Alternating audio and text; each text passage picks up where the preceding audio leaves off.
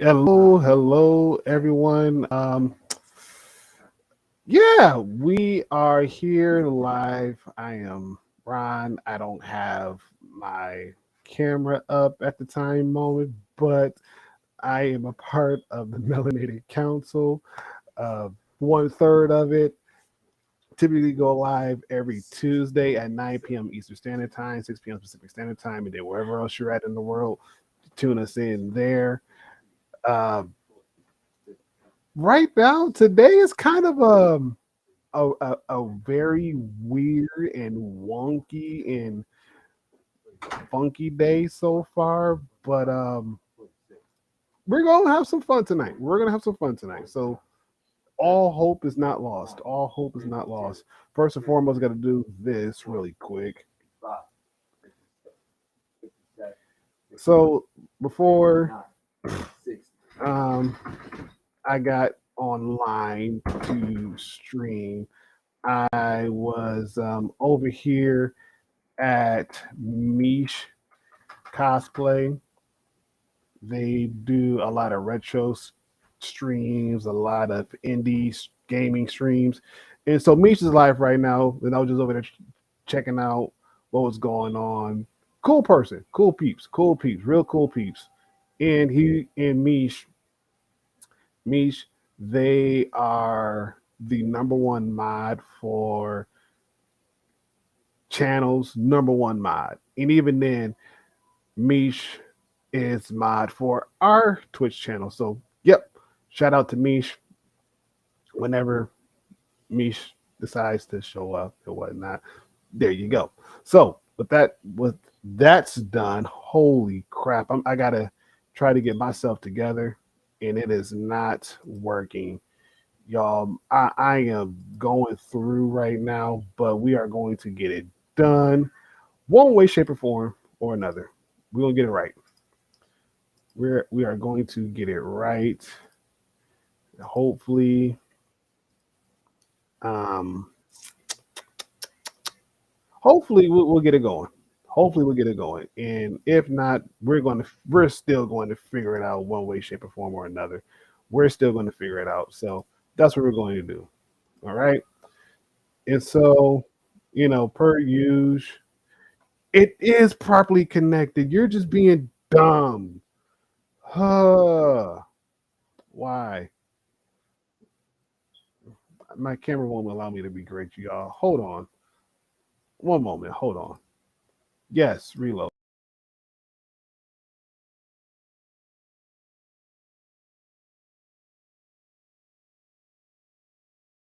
Okay. Nope. You know what? Fine. We're not going to have we're not gonna have we're not going to have the camera on. That's okay. That's okay. I won't be on camera today. It works, and again, it doesn't work. But what the heck, okay?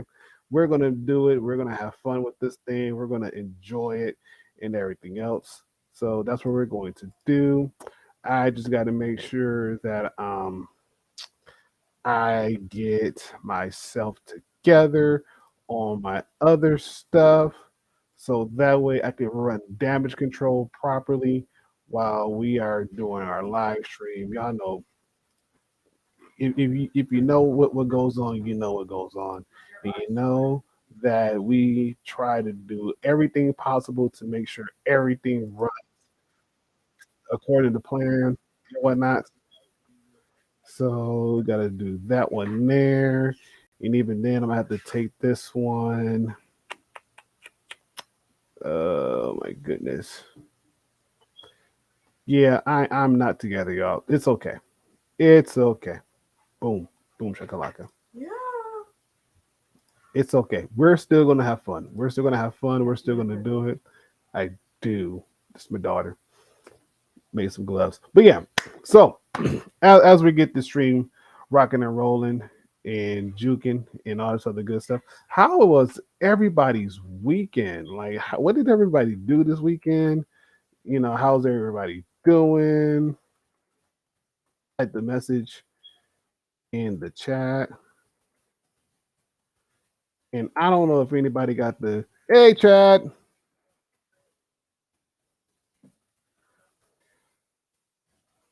Hey, how's it going? Right now, my camera is not turning on. I got audio, so the audio's good, but my camera, for whatever reason, is it is properly connected. I know I just plugged it in. And nope, okay, fine. Hey Rocky. Hey, how's it going? How's it going? So yeah, I'm running no cam tonight. No camera tonight. I don't know if it's a good thing or not, but I'm not doing a camera tonight. And my camera as of right now, you know what? Wait a minute. I'll try that once either Toby or L gets on, I'll try it. But then again, I just remembered that I was also doing some other stuff as well. We got our stream sponsored. We got another stream. We got another sponsor for our stream. Yay! Can't wait. Got to get everything else finalized and finagled and all this other good stuff. So I think yes. So I think once L or Toby once they get on, I'll probably end up restarting my computer, which it sucks, but I know I got to do it, and hopefully they can hold down the fort until I get back. Actually, hopefully, no, they will hold down the fort. I got faith in them. I got faith that Toby and L can hold the fort down until I get back. And even if I don't get back, oh well. I still got faith in them.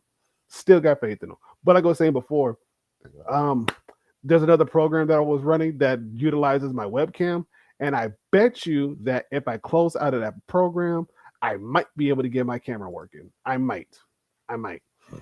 So let me do. Oh, snaps. Okay, let me exit out of that. Let's see if it works. Yes, I was right. Yeah, y'all got to look at my kitchen. It is what it is. My kitchen. It needs a little help. It needs a little TLC, but that's okay. It's my kitchen. Listen, listen, listen. It's not just my moneymaker. I'm gonna just put it like it's not just my moneymaker, but at the same time, it's the council's moneymaker. And so, um, be be on the lookout. Be on the lookout. Be on the lookout for like just a random pop up stream that um yeah. And I kind of figured that was going to be the case. I kind of figured that was going to be the case because unlike most professional streamers and who has a very nice setup, I ain't got that because I ain't got the money like that, not yet at least. But yeah, we're gonna make this thing work. Maybe not. No, because the way how I got this thing wedged in there, it ain't working. Oh well. We'll figure it out. We will figure it out. We will figure it out. But yeah, so going back to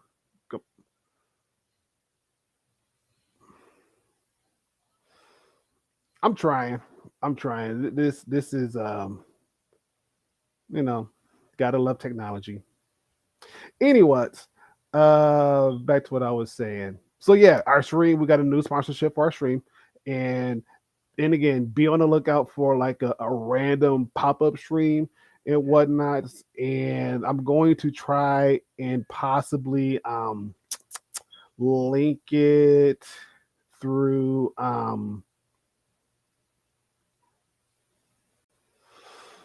I'm gonna try to link it through YouTube. I'm gonna try to link it through YouTube as much as possible. Don't quote me on that, but I'm going to try to link it through YouTube. But if not, if you guys don't mind coming over to Twitch, I will drop the Twitch channel link soon as I get my brain working together. No, I don't want that.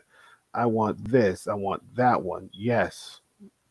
And yes, I tend to talk to myself as I'm doing this because it helps me to function properly and whatnot.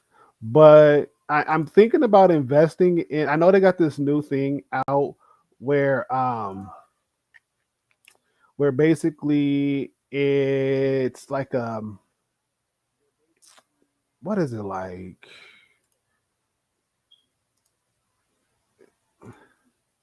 Copy URL. Okay, hold on, y'all. I got a brain fart. Okay, so basically, what they got is it's a device where you can plug in to the USB portion or the HDMI portion of your laptop, and so it turns it. Gil, happy Tuesday! Woo woo! Yes, happy Tuesday, happy Tuesday. And so basically, what this device does is it turns your laptop into a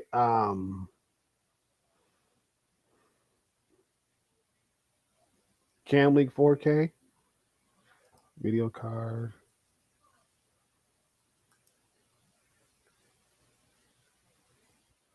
I wish, but no, not yet, not yet, not yet, not yet. But basically, what it does is it allows your laptop to actually have like three screens, which is neat, which is something that I need in my crazy streamer's life. You know, when I'm not doing the melanated accounts and stuff, but when I'm also doing my own personal whatnots. But I am going to drop in the TMC's link on Twitch so you guys can have it. Boom, there it goes. But what I was going to say, but the brain fart.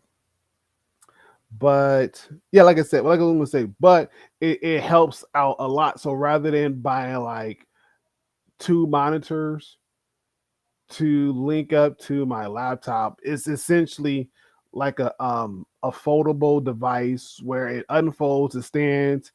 You basically put your laptop in the middle part, and then on the two outside, it has like windows, and those windows are actually computer screens that you can like move like one program there, one program over there, and your main laptop is still right here, so you can still multitask, multifunction, do what you need to do, and still be good.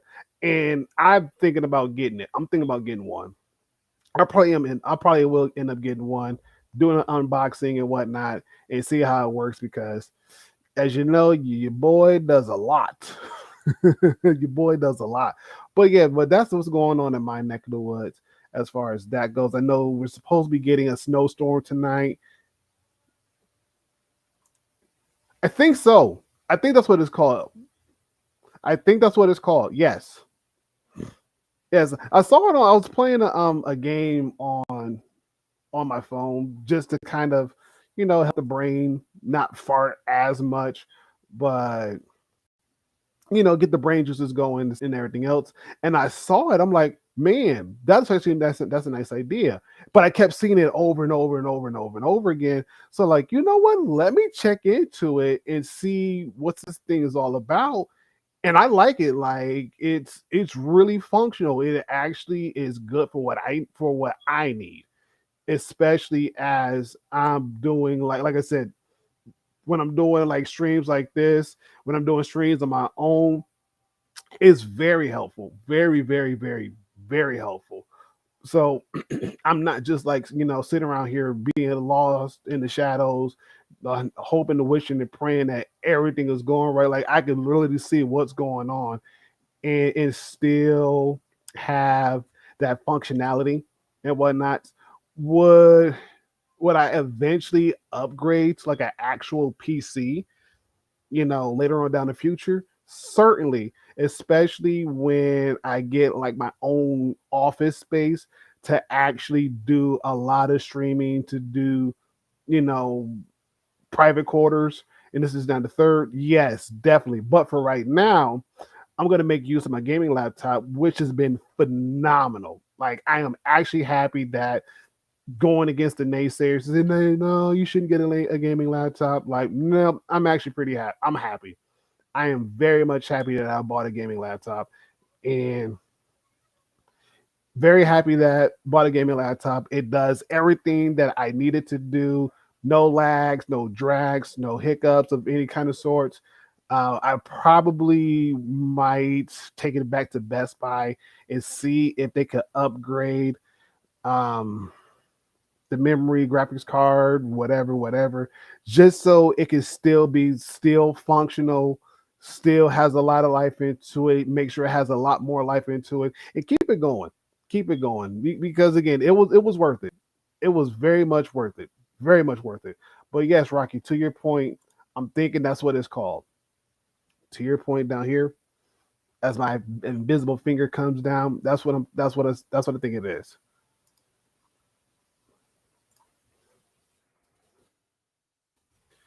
And I know that some more of our friends, they're going live and they're seeing that go and everything else. Yes, yes, yeah. And even then, because when I got the laptop, I got it very early on in our stream because prior to the one that I'm using now, I had like a little small. It was small, really, really small laptop and everything else. It was good for the most part, but once we were starting having like 5, 6 people coming in at the same time and whatnot, it could not hold. It would crash in the middle of the streams. It would crash. It would crash, and so what I ended up doing was I ended up taking myself off the stream and allowing everybody else to be on. And I just ran damage control in the back. Like I asked questions, responded, went over to like our Twitter page, just tweeted some stuff out. So I was doing a lot of work. And so I'm like, you know what? Like, and even then, kudos to Erica, L, Toby, Jeannie, just to name a few. What was the other girl's name? We had another girl that was with us too for the longest time. Shoot, I think Toby and Elka remember who it was, but yeah, it was Ashley. Yes, yes, yes, yes. Thank you, thank you, thank you, thank you, Ashley. She was another one who was solid on there all the time with us. They're like, yeah, you probably need to get a better computer to handle what we need you to do. And so we did a GoFundMe, got the money that I needed, and plus I got in I put in a little bit of more of my own extra money just to make sure. And it was good. It was great. I loved it. And like I said, I will not look back on it. Will not. Yeah. Nice. I bet you mine it too I bet you mine it too. And if you're not, you ought to be. If you're not mining Rocky, you ought to be.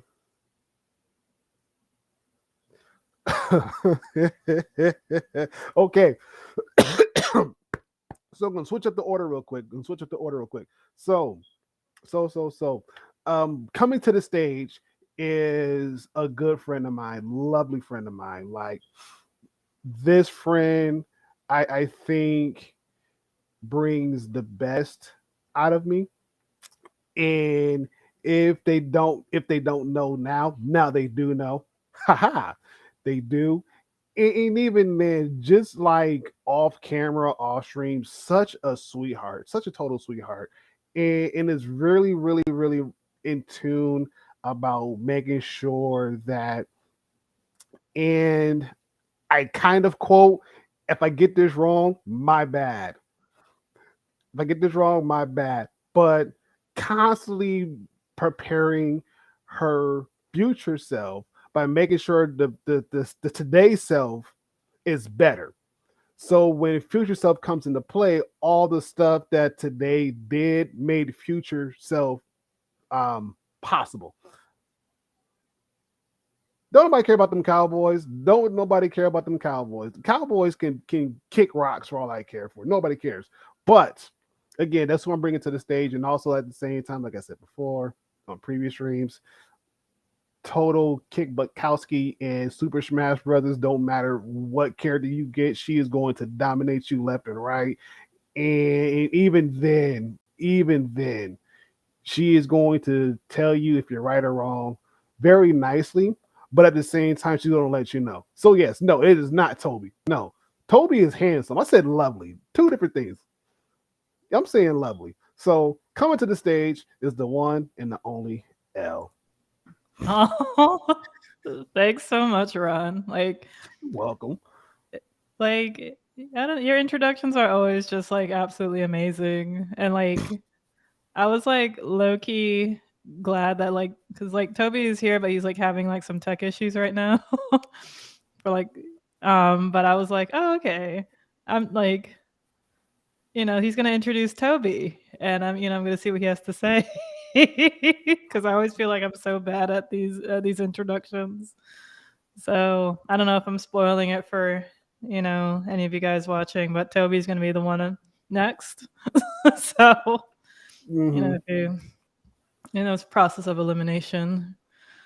But yeah, Process. no, thank you, and yeah, I gotta make sure that my tomorrow self is good, so I gotta prepare for it today. So yeah, Mm-hmm. oh, thank you, and I oh my gosh, like you're just so wonderful, Ron. Like you really are. Oh man. No, I'm Oh, out I here hope I making you a said that better right. person. Well, I'm not going. I'm trying not to spoil a whole lot because in your previous podcast episode, if y'all have not checked out that episode, y'all need to get on it. Oh Yeah. my goodness, Elle was dropping gems. She was dropping gems. It was hilarious, hilarious. But no. Like a lot of the stuff, like I actually do try to put into play, and I actually like take what you're saying. Like, okay, like, well, maybe if I think things through differently and whatnot, but let's right. I'm telling you, Thank I'm you, thank you. telling you, hilarious. Hilarious. I'm like, yeah, I was like, okay. Like, all right. Don't like to hearing it, but I need to hear it. So I'm Rocky. Rocky. She don't. She Oh, thank you, don't. thank you. She don't. She don't. Like I haven't seen her miss yet. Oh, So I mean, don't get me wrong. I know she's human. Yes, she's human. But man, it's hard to miss a shot when you got a good shot like L. oh, thank you. No, thank So you, thank you. you're welcome. You are welcome. Yeah. But you want to go and let the people know how your weekend was? Yeah. My weekend was fun. Trying to think what I even did over the weekend.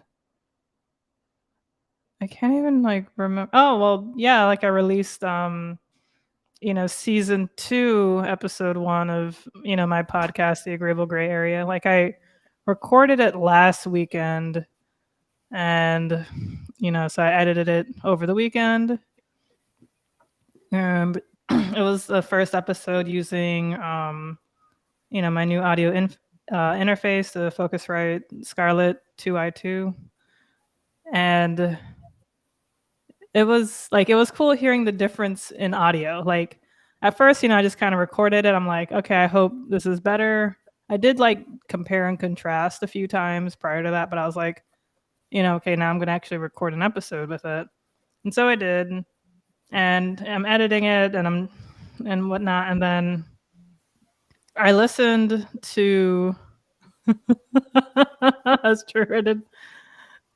I did come back to social media. Like I just like kind of like I re-downloaded Instagram because I had to make an edit on my most recent post Mhm. because I misspelled my trainer's Instagram handle. Um quick tangent. So I posted like a few photos from my photo shoot on Instagram, and I wrote like a long post that I just kind of I did it on purpose to write it long because I just hoped like no one would really read it, and I tagged my trainer. So I tagged my photographer first. You know, like on Instagram, you do like the at symbol type of name, and then like it has like a drop down, and you just click on the name. So like her name showed up. I was like, okay, cool. And I tried to tag my trainer, and it just wasn't showing up. And I'm like, what? Why isn't it showing up? So I just like wrote it out, thinking like, okay, hopefully that's his handle. And I wasn't even ready to share it, but like I was like, okay, let me press the check mark to get out of like the keyboard interface and just see like what's going on. Little did I know, clicking the check mark, because I haven't used Instagram like posted shit in like a long ass time. I clicked the check mark and it just sent the post. I wasn't even ready. So I told myself, okay, after I share this post, I'm just going to delete all my social media. So I was like, well, shit, I guess I'll delete all my social media then. Hopefully I tagged my trainer correctly. Yes, I posted to social media so that nobody, it's true. Because like, I don't know about you, but like, I don't feel like those people, okay, so I did it for two reasons. Like 95% of the reason was so no one would read it, because I don't think anybody really reads those long posts, because like you can write up to 2,200 characters, I think, which is a lot, so I didn't think anyone like really read it, so I just wrote a whole thing, and because I had a lot to say as to like why I did this and all that. And yeah, I also wrote a lot because Gil read it. I read. I don't. If like the person's like hot, I would read it. But like if they're not, then I'm not gonna read it. But like also like 5% of the reason why I wrote like a long post was because I want to see if like Instagram kind of works like Twitter, because I hear that like hashtags don't really matter.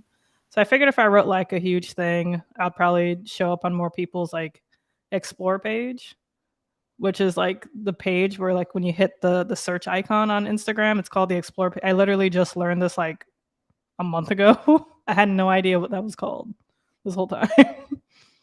So that's what I did. And then I ended up just deleting all of my social media because that's what I told myself. I was like 5 days late anyway in deleting it. Okay, Ron. No, I don't. I mean, I guess I'm the odd one out. I just assumed nobody read. That's why I put at the top TLDR, too long didn't read, and I just wrote. I forgot what I wrote. Like I just wanted to look hot. I can't remember what I wrote. So I posted all that, deleted my social medias. Like later that night, like 2 different guys texted me. One of my guy friends was saying like, oh, you just posting those pictures? Who you trying to impress? It's like nobody really. He's like, and then another guy who I met, I didn't actually officially meet him, but I met him on Tinder in Japan. And like, so we just like kind of keep in contact through socials. And he was just like, he messaged me on WhatsApp saying like, I just had great photos. I was like, oh, nice. And then I was like, okay, I'm going to just be off of social media for like a month. So when I saw my trainer after that, because this was like a month ago, like I think this was like December 22nd or something. And when I saw my trainer on like New Year's Eve, because that was like the first time I saw him, because we had to like skip a week for some reason. He was just like, yeah, blah, blah, blah. And I was like, hey, did I tag you correctly? He was like, oh, no, actually, it's supposed to be my name with the number 11 after. Hey, how's it going? Hey, D. Hey. But, I saw that I had like a lot of likes. I was like, holy shit, that's awesome. But I was like, okay, let me not check social. I don't even want to like see the comments or anything. Not that I thought it was going to be like crazy, but I was just like, I just don't want to hit, because like I just feel like a bit is kind of like shallow, and like not shallow, but like disingenuous, and I think I mentioned that in a previous episode here. But whatever, sometimes you could just take it. It's like, you know what? All right, people like the photos. They are great photos. I can admit that. But I guess I'm just like, it's just weird to see me in that kind of light. But it's cool. It's different, and I totally recommend it. So, yeah, back to the podcast episode. So yeah, no, like I listened to I think episode 10 for like a couple of seconds quality, and it's a lot different. Like no, like Gil is right. Like there is a huge difference. Like I feel like the like it's definitely more clear. Like it feels more like full. Like it feels like I'm trying like I guess like to like compare it to like a wine, like it feels like more like a full-bodied wine rather than like something that's like kind of cheap and does the job, Mm. So I got you. I yeah, got you. it's like a nice red blend from like a reputable like brand rather than Mm. like a Shiraz from like Yellowtail. Feels like you're in my ear. Okay, I'll take it. I'll take it. I'll take it.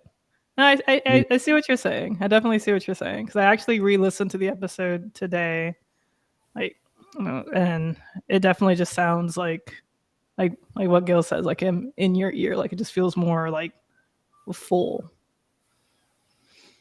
But yeah, no, thank you all for listening to my podcast. Once again, it's called The Agreeable Gray Area. You can find it pretty much anywhere you listen to podcasts: Spotify, Google, Apple Podcasts, Anchor.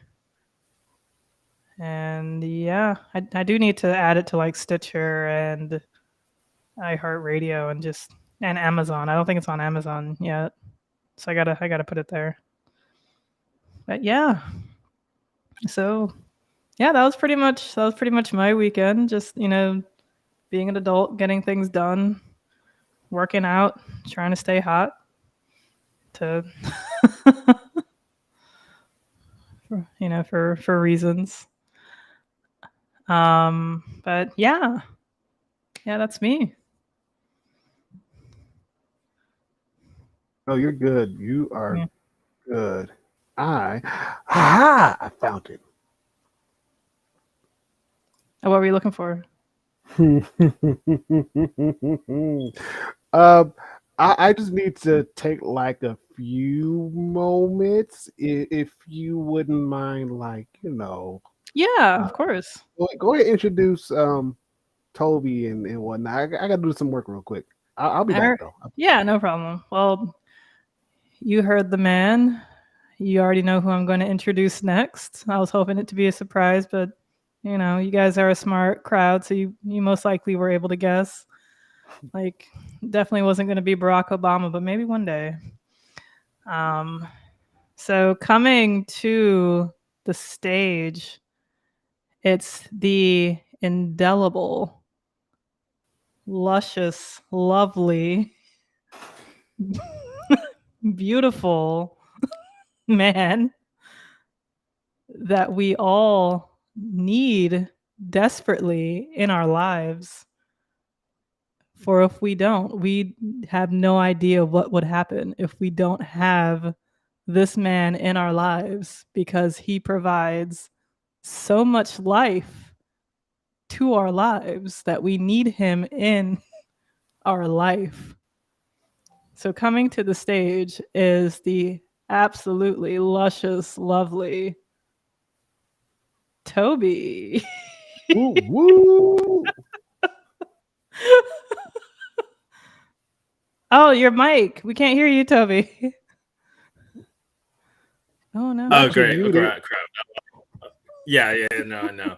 I was gonna say, oh my gosh, I would be turning red if I was light enough to so. But thank you, L. I appreciate that intro. There was a lot of L's there. I was like, yeah, this is like some V for Vendetta alliteration type stuff. And I was like, I don't know if that's just because your name is an L, but I mean, the introduction was not an L. That's what I could say. There was a lot of L's, but the intro wasn't one. So I appreciate you.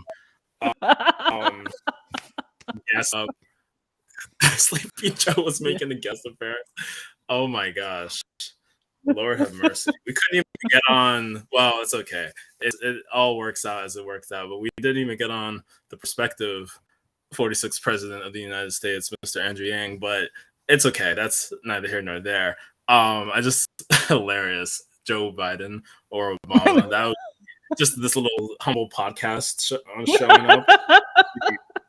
Insanity. I mean, hey, Michelle Obama showed up to a book club of was it Becoming, I believe was the name of her book. That she made a surprise appearance to a book club. I don't know how none of them knew that was happening. I'm pretty sure the organizer didn't know that was happening, but Michelle Obama showed up to a book club meeting of them reading Becoming, and of course it was an extremely emotional experience for them. And I remember just reading an article about that, and I was like, oh, this is so beautiful. But we got some places to go before that happens, but it's okay. I love where we are. Mr. Hot Boy Summer. Yeah. I'm just out here. Winter, Hot Boy Summer, Cozy Boy. Well, it's a Cozy Boy Fall. I'm big. I've actually kind of lost weight, so I barely clock in at 160 pounds these days, which is like really like whoa. That's like high school weight for me. So it's a little bit. I can't give you the Cozy Boy teddy bear fall, winter, but I can still snuggle up, whatever. Do what I need to do, provide the warmth. Okay, Toby, I see you. I mean, I'm not doing anything crazy. I'm actually been isolate for the most part so far. Actually, it's funny. A friend of mine, a good friend, she because I was catching up with some people this past weekend, and I saw her. She was like, "You seem like such a Casanova from." I've seen the Melanated Council, and apparently you're like this big Casanova. I was like, no, like, these people are just, it's just interesting. I was like, I don't know where this persona has come from. It might be half true at times, but the joke that I didn't even get to make some weeks ago, because we talked about rosters, and I was like, I don't really have rosters. I have like special teams where you might get like a little bit of gameplay for like 2 seconds at a time, and then you're not going to see me again for months. Like, that's really how it is. I didn't even know what special teams was. I don't care. I'm gonna embarrass myself here, because I didn't follow football enough. I played games like NFL Blitz, but I didn't really know that there was a specific team for the people who are doing the punting, the returns, the gunner. There's all these different terms. I've never heard of these in my life. Like, I mean, I know the kicker. That's kind of obvious. Like, everyone knows that you have a kicker when you want to do the field goals or the returns, but I didn't know there's like a whole team around those specific plays called special teams. So I was like, what the heck? And I only knew that from watching All American, which is a fantastic show, by the way. When I was watching the 4th season of All American, and Spencer's, hopefully no spoilers, but Spencer's in college and he's trying to struggle to, adjust the college ball. And I was like, oh, this is so interesting. So it didn't immediately click, but eventually I was like, oh, special teams, that's like me and my roster. Like, how did I not even know about this before? Because I'm not consistent enough for a full roster. I have special teams. So if anyone wants to join special teams, you can get a little bit of action here and there, but there's no guarantees that you're gonna get a whole season's worth. I'm not a player, exactly. But you guys are great. Oh my gosh. Gil, Ricky. I was watching the stream mostly from the beginning, so I kind of saw people popping on here and there. Did my scroll thing freeze? Okay, no. And of course, D, who I know personally.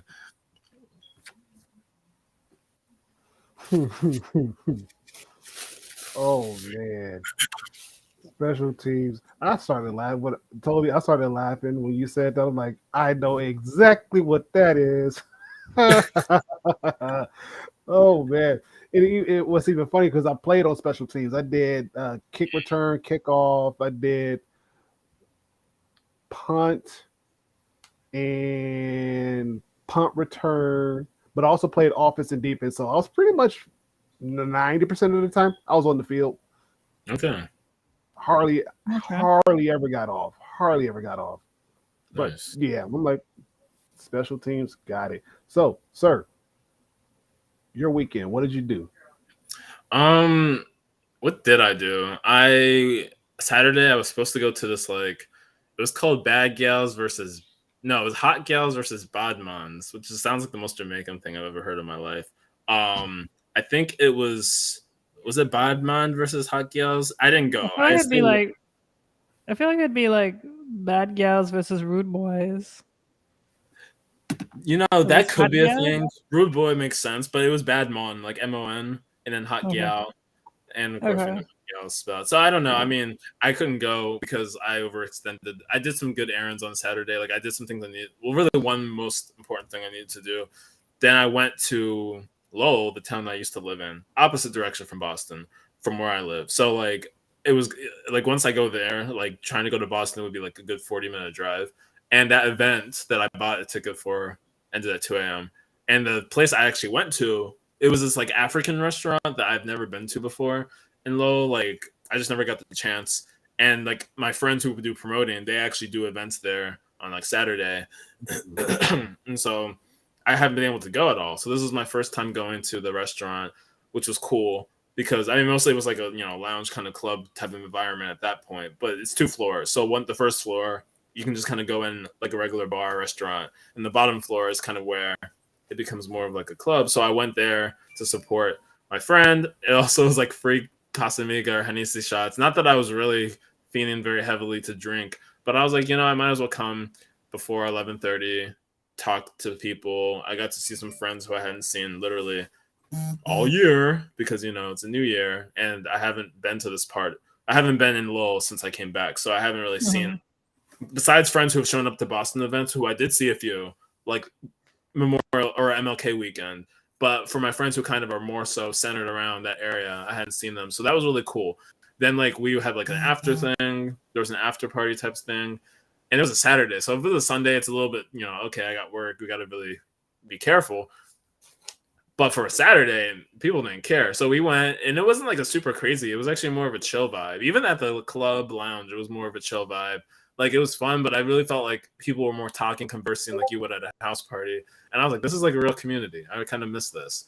And then, like I said, the after spot was pretty cool. Though apparently there was a fight afterwards, and we were there pretty late. But the things are a little bit like by the end of the night, I'm not gonna say I blacked out because I really didn't black out. It wasn't that serious, but I definitely have a bit of a blur of like what actually happened. Like I remember leaving. And I remember my friends, one of them drove in because, they're already like good friends of mine who were like have driven my car before. And even there, we drove there and I was pretty much sober when I could have gone there. But I was like, hey, if you want to drive the car to the spot, that's fine. Coming back, they definitely drove and I crashed at their place. And I remember waking up and like, I was like, okay, I'm feeling a little bit less than great, but it's fine. And then like, as the day and night went on, I was like, okay, that's a little bit less than fine. I'm only 27. I feel like I'm not the age yet where I feel like I can't drink how I used to. But I'm like, maybe that's already kicking in because it wasn't like I was super nauseous, but it was just because I could eat food, but I was just feeling like overall weak and just like this is less than great. And then that was Sunday, right? So by the time Monday comes around, I'm feeling a bit better for sure. But like, I was like, dang, Sunday just kind of like I just needed to recuperate and just stay inside. And then Friday, I don't remember what I did, to be honest. I think I stayed in because it snowed a bunch. Sorry, Al. It actually has snowed a bunch. I need to talk to you offline because it's snowing a lot more than I thought it would be snowing. And I was like, dang, I could have been seeing snow all this time. But I did hear, yeah. I was surprised. I was like, I thought it was mostly supposed to be rain, snow, slushes. But it's been like real snow. And I'm like, crap. The forecast is just so hard to read. But either way, like Friday, it was already snowing, so I just stayed in. But it was a chill weekend. Saturday was a fun day to catch up with people. So yeah, that's really me. And I, like I said, did some errands, and I'm gonna keep doing more errands to get ready for moving out of Boston to go back to Maryland. So things are gonna get more busy the next few months. So Yeah, Okay, so you are confirmed to be moving back to Maryland. it's like pretty close to confirmed. I've already put things in motion where like I know where I can either live with my brother or my parents. So I've kind of set things up more so Mm, than in past years. But yeah, Nice. okay. So I'll be taking a trip out to Maryland. Nice. sir, absolutely have Yeah. to. Once everything's I do settled. Bet. have I do have a family in Maryland, like an aunt, and also like my niece is in DC. Yeah. All very close. Mm, Mm-hmm. Mm-hmm. Yeah, I got family in DC. We're supposed to go to DC for a family reunion, but we got smacked around with a COVID scare, so that kind of ruined that one. Like, yep, gotcha. So couldn't go there, but yeah, no, Maryland. I'd like to go to Maryland only because of, well, of course you, Toby, but also at the same time, the University of Maryland, they're a part of the Big Ten, so just want to check out their school and see like, I've been there. okay. Okay. Okay. Alrighty. So, um, if anybody else wants to share about their weekends, please feel free to do so. This is a safe space, this is an open space, and we just want to check in with you guys as much as you guys want to check in with us. So please do so, do so, because again, without you guys being here, it'll just be, me, Alan, Toby, and you know, it'll be fun. We haven't seen each other since like last week, so it'd be fun to talk about what's going on, what's happened with each other's worlds. Holy crap, I can't talk right now. All right, and It's ironic for this but, topic. right. Oh my goodness. And I'm actually going to pass the mic off to you, L, because I cannot get right to save us. Okay. I can't. I'm gonna try. I'm gonna try.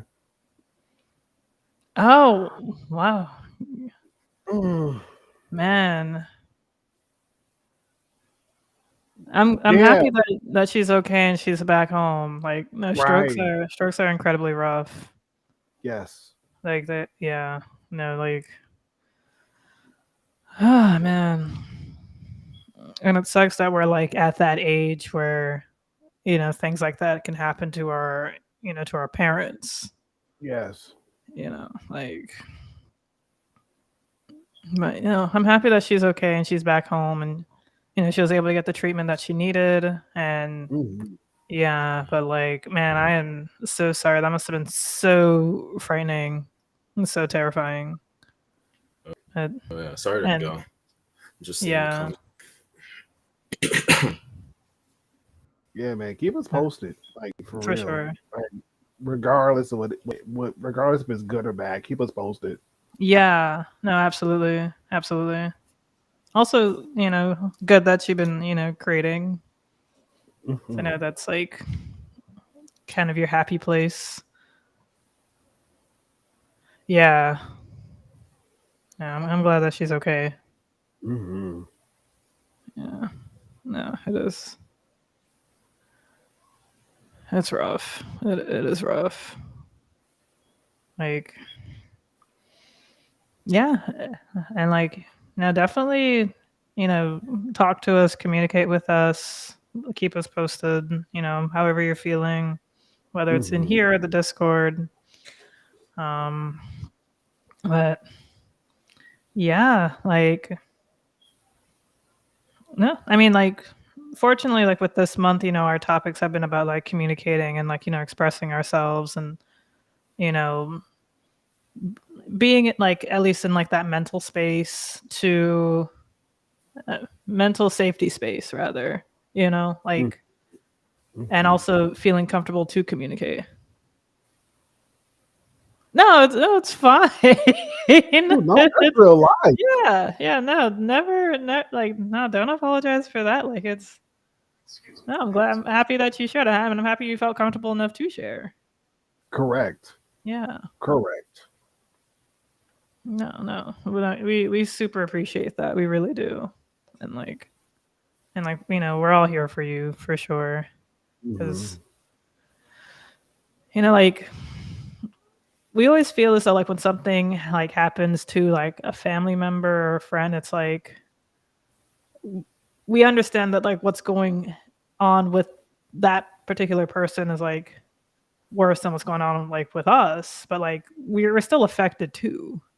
And like it's sort of like a weird thing to kind of like speak about, because it's like, well, it's not directly happening to me, so like I should be fine. And it's like, well, no, like you're supposed to be feeling something. You're supposed to, like you're supposed to like, take some time, and like, like it's going to affect you, like, but so yeah, like if any of you guys are like going through something, or like a family member or a friend is going through something, never feel like like you're supposed to, I guess, like be strong for them by just being strong to us. Like it's okay to like break down and be vulnerable and be open. Like like they say that like crying is like a form of weakness, but I always felt that like sometimes the strongest thing you can do is cry at times, for sure. Like like it just being able to show yourself vulnerably is a sign of strength, and it's like, and it's a necessary strength to show at times, for sure. Like easier said than done, of course, but it's it's something that's absolutely necessary, which is pretty much like what our topic for today is. Strong alpha male crier. I'll take it. Yes, I'll take it. I'll take it. Make crying masculine again. I take it. No, that's good. I need to work on crying personally. Like there was times when I'm like, I should probably just fit this cry into next week when I have time.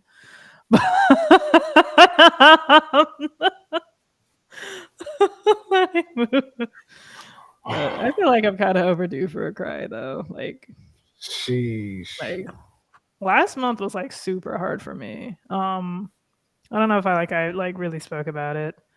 And I feel like I'm like quick tangent, because like our topic is going to be more so about like relationship communication. But like last month, was the anniversary of my cousin's passing. Like I'm sure I mentioned this. Like he died 9 years ago, Christmas morning, in a car accident. And for some reason, like this year was just like hard. It was just very hard. And like it took me a long time to realize why I was just like spiraling and like freaking the fuck out. Like just like pretty much November and December. Like November, I had like some, I got like some like interesting like, news that I'll probably mention later. But like, like December was just like really hard. And I think it was just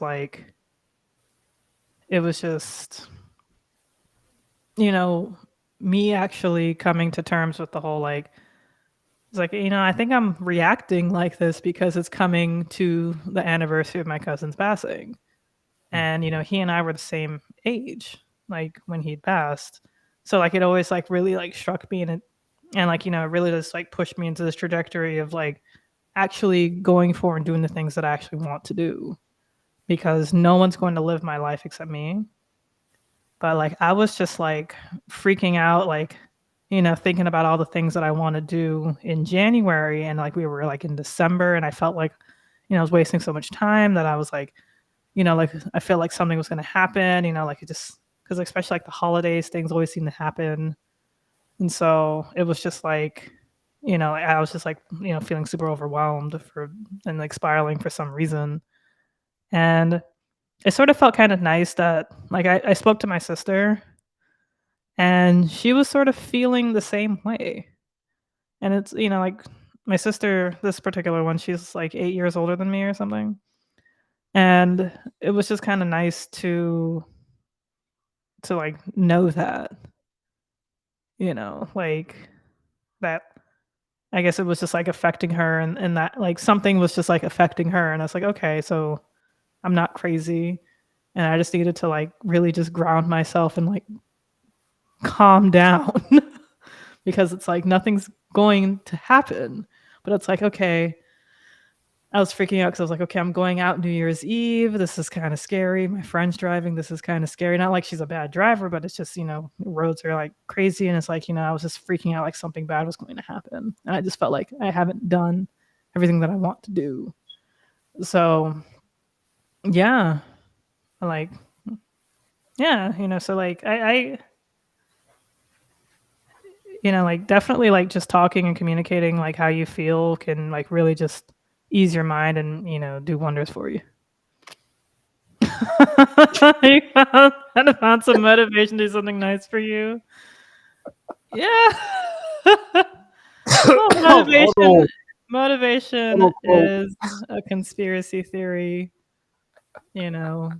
brought by those who created Jewish space lasers. No, Ron's making a reference to my latest episode of my podcast, The Agreeable Gray Area. And yeah, I was talking about motivation, but yeah. So without further ado, it's all a lie. But like not at the same time, because I contradict myself all the time.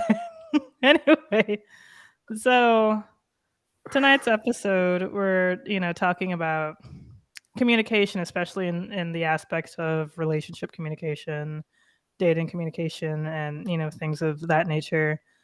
I know that we sort of briefly touched on it in this month, but we felt like we need to really do like a deep dive on it because of course I feel like relationships are a hot topic like 24/7, 365. And everybody always says like you want someone who's who can communicate well. Oh, that's a totally reasonable reaction to have. I find myself scoping out places when I go out now in case. Yeah.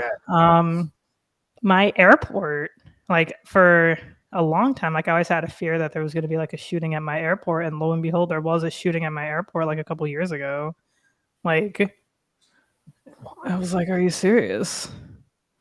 Like it happens, like like I live near Parkland where like the Marjorie Stoneman Douglas shooting, happened. Like it's like these shootings are constant. Like I hated coming back to social media and then there was like the fucking Chinese New Year lunar shooting.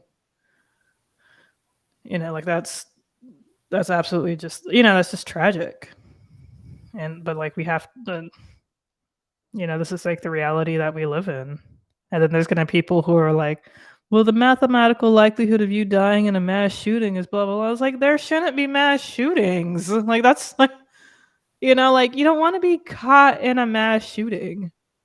Like you don't want to be caught in a car crash. You don't want to be caught in a train wreck. You don't want to be caught when an airplane, crashes.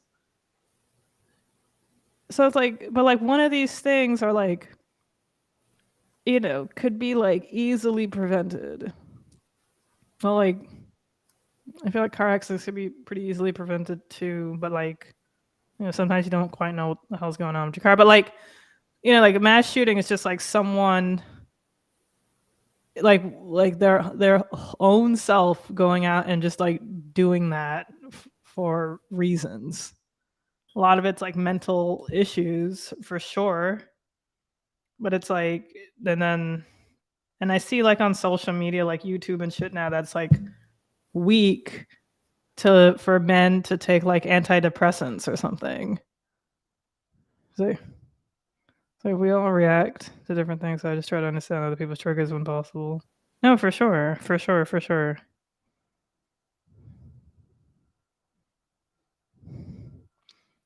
The guy who recently shredded it. I never heard about spreading dead animals over the Parkland Memorial. That's fucking disgusting. So that happened in September last year. I didn't know this happened. yeah. Trying to curse less, but I don't know, the shit that people be doing. Agreed. But yeah. But yeah. So I introduced the topic. Does anybody, maybe someone who's like, maybe, I don't know, like in a relationship wants to talk about communication in a relationship? Hold up. Oh wow.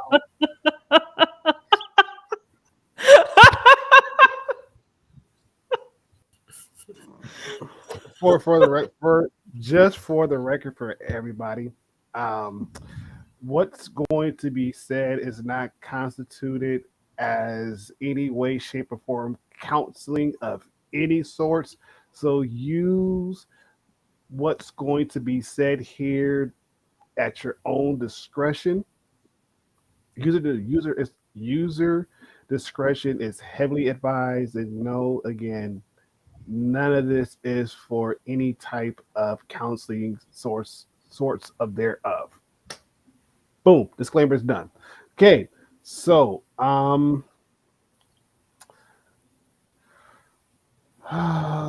did not know that. I didn't know there was 2 mass shootings in Cali. Yeah, I just read about the one that happened at the what was it, the Star Theater? I think that's what it's called in Cali. I read about that one, and that was crazy in its own right. Like, really? But to Gil's point, this is absolutely true. I don't care what we could debate about this any time of the day of the week. I got time for this one. Oh, I got time for this one. I will make coffee and make time for this one. Yes. Yes, and more yeses. Yes. If you want to, even though for the sake of argument and for context and for content, is it good to argue? Yes. Is there a healthy way? Yes. But at the same time, you have to know when you're going to get to that point where it's going to become unhealthy, where it's going to be blatant disrespectful. That's when you need to step away from the situation, take a breather, come back and try it again. And even if that don't work, let it be. Let it be, let it ride. And even then, it doesn't even matter if you're in a relationship. It could be with your siblings. It could be with your coworker. It could be with your friends. It could be with any random person you meet and you have some kind of relationship with. Heck, it could be the barista at the coffee shop that you go to every morning to get that one cup of coffee that they only know how to make. You can have an argument right then and there. So learning how to not only just be an effective communicator by talking, but you also have to be an effective communicator by listening as well, because listening is literally half the battle. Listening is literally half the battle. And when you actually listen with the intent that you're trying to understand what the other party is saying. Make sure that you're not forming any kind of like counter arguments, in your brain, because then you're actually blocking a lot of information that is coming your way anyways. And then for 3, again, being an effective listener, listen with the intent to say, okay, I agree with you here, or hey, I disagree with you, and here's the reasons why A, I agree, or B, why I disagree.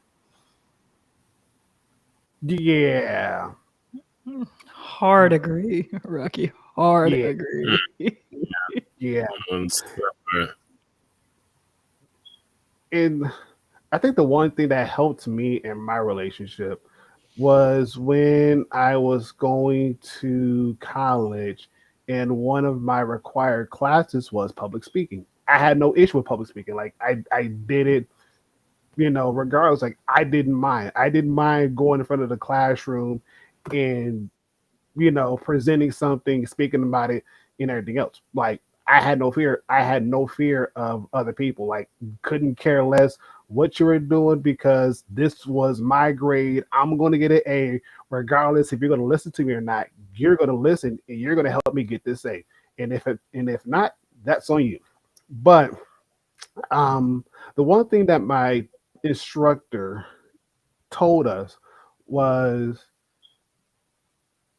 when you are communicating with whomever, when you're communicating, be in a position where you can fully understand where that person is coming from. And by doing so, you're going to have less arguments. You're going to have less confrontation, even though yes, confrontation is very good if it's done healthy. If it's done healthy, confrontation is good. But when you talk to people, when you are listening to people, you want to make sure you have their full undivided attention, and they have yours. And so that way they don't feel as though their time is being wasted, or they don't feel as though they're walking away feeling unvalued. And I mean, again, that's debatable. That's debatable. It just But at depends the on how same, you argue. yes, exactly. L took the words right out of my took the words right Right. out. And It like if really, you yeah. if you mean like arguing like debating, or if you mean because it keeps me calm because I never feel backed into a corner. I mean, it's good that you can definitely defend yourself, true, like for sure. Like that's definitely important. true. But if it's like a yelling, screaming match, then like every time you argue, yeah, it's like no, Yeah. like The way I could interpret it, like especially with that last part about never feeling back into a corner, is if there's people who either try to take advantage or who are trying to like either gaslight or like basically people who are trying to control you or the flow of a conversation in a way that's out of your favor, and you're like able to step up and actually advocate for yourself, then yeah, I could right, definitely see what you're saying, Chad, where it's like you can actually effectively lay out your points and essentially don't like just take whatever someone says, and you're able to actually stand your ground. So I can definitely see I could see it from that perspective. That's like how you mean it. Hmm. I can't figure out what the other person's done.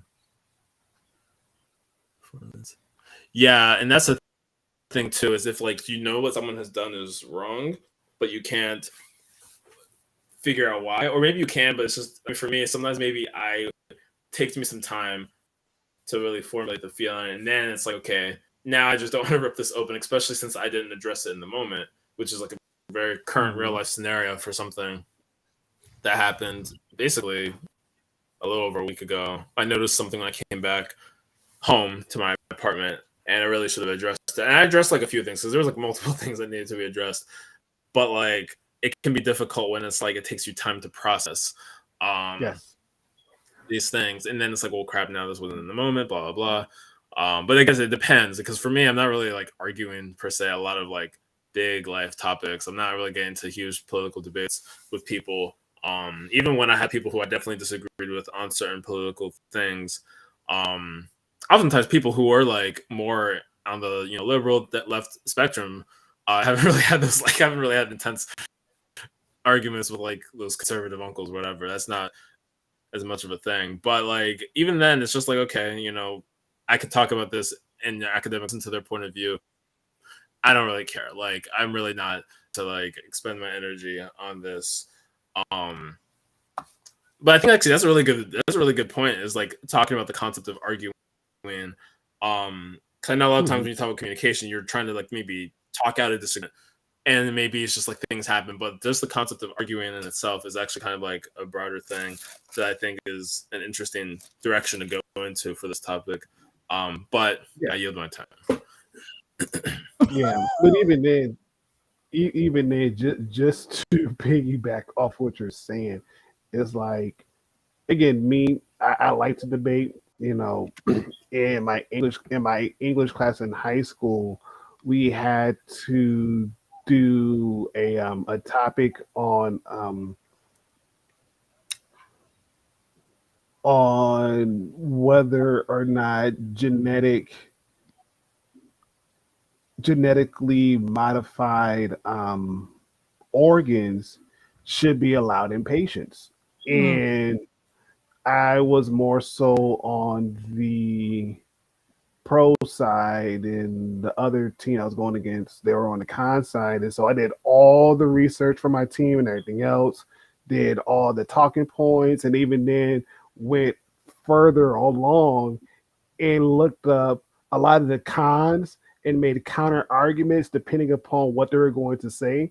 Based upon their arguments, I had a counter argument, and we actually passed. And my teacher, she was like, "That's crazy. You did all this research. Like, are you sure you don't want to join the debate team?" Like, no, not really, because like I did it for a grade because I didn't want to fail. But like if I had to, sure, wouldn't mind it, but you know, I'm good. I'm great. I'm straight. I don't want that headache. I don't want that smoke. I just want to get my A and pass and be out your class.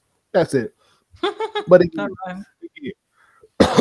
but again, just the idea of doing a lot of the research, you know, formulating your arguments, and then formulating counter arguments on the fly, just so you know you have the other team stumped and just kind of be like, I don't have. Yeah, pretty much. Pretty much. Pretty much. Valid. Pretty much. You know, even then, you know, it brings me back to 2019? Oh God, 2018, 2019. Holy crap. The good old That days. was, yo, man, I don't know if those, I don't know if I call it the good old days, but it was some kind of days. Jeez. Talking about the keyboard warriors trying to be correct, and I'm like, bruh, nah, nah, that ain't right. It don't. Ooh, this is one of my pet peeves too, and I yield. One of my pet peeves too, back in 2019, was when somebody like took a scripture out of the Bible and used it out of context just to make sure that they were right. I would go back, do the research, and look at all the other translations side by side and be like, bruh, you first and foremost, you're wrong. Here's the reasons why you're wrong. And according to this don't fit with what you're saying.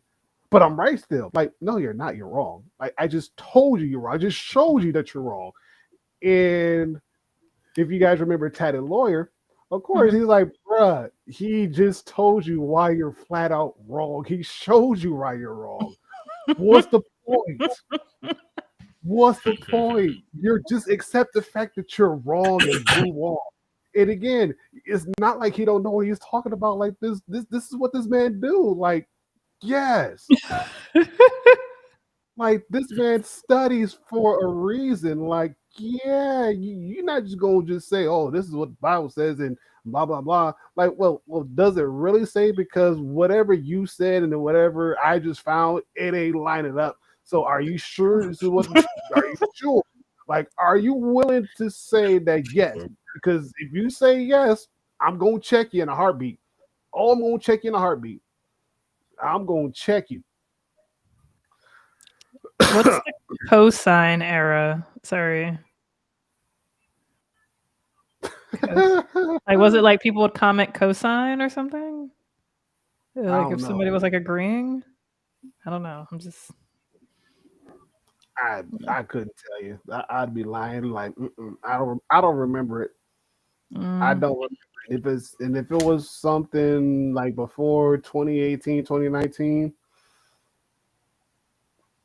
then yeah, it missed me. I think it was you were saying yes to your like you're agreeing. Like they were saying cosine uh would be yeah. I didn't know that was an error. I guess people stopped doing that. Like, so I think I vaguely yeah. remember seeing people like do that. They would write cosine on someone's long post. And they'll get told like that was a bunch of like Um, hogwash and all the other good stuff. Like you just co-signed some BS. Mm, it's interesting. I But definitely got. Excuse me. I've definitely gotten into like an online argument with someone, like kind of for the sake of arguing, and even though we were kind of both agreeing with the same thing, we just weren't understanding each other. Mhm. Like that was Interesting. embarrassing. But it's like, I'll just take the L. I wasn't reading correctly, and I just because like, but no, like Rocky's right. There are people who just like argue for the sake of arguing, and like sometimes I do like depending on who it is, I do kind of fall into that, and I've like been like stopping myself because I'm like, but now people will argue with the Libra about stuff. And yeah, I know. Cosine, tangent, sine. Cosine, yeah, I was honestly my first thought too was cosine. I was like, "Oh, let me not." As growth because there was some extremely nerdy stuff happening in high school dances that I don't know if I should be ashamed or proud of. We were doing like arm waves and doing the sine/cosine wave. It's really the same thing. It just starts at a different place. My math people know. It starts at a That's funny. different, yeah, the way the phase works. I co-sign that. It was pretty bad. Thank you. And sign it, but thanks for the tangent. Hey, I like the way how L did that one. Let's go. Yeah. Hold on. Rocky.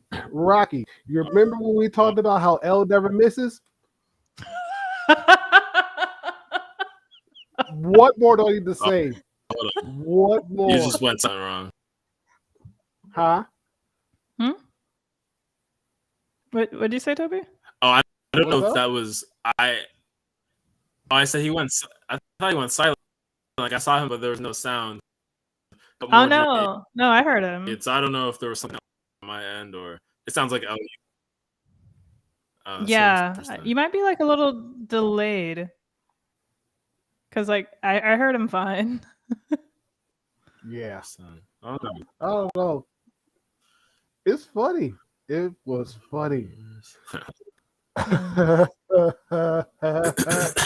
It's funny how I've had those nightmares where I was taking a class the whole semester or the year, and somehow I never attended. I never had a dream like that in my life until I got out of college. Either it was in grad school or I started having it about high school, college, or it was once I got out of grad school. And I was like, wow, I can't believe this is like a shared experience that people are like in a class that they never took before. And somehow it's like finals time. And it's like, wait, what? And usually it wouldn't be my math classes, but there were times where it was math classes, which is really embarrassing because that's supposed to be my forte. But I was like, oh my gosh. And I don't really recognize my dreams a lot of times, but sometimes when I'll reflect, I'm like, wait, I had a dream. It's so strange. Hey, bullseye. And, No, she got a better record than Deathstroke. That man never missed. oh Mm. boy, no, That man never misses. What? y'all gassing me up. Thanks. Maybe a lot of it.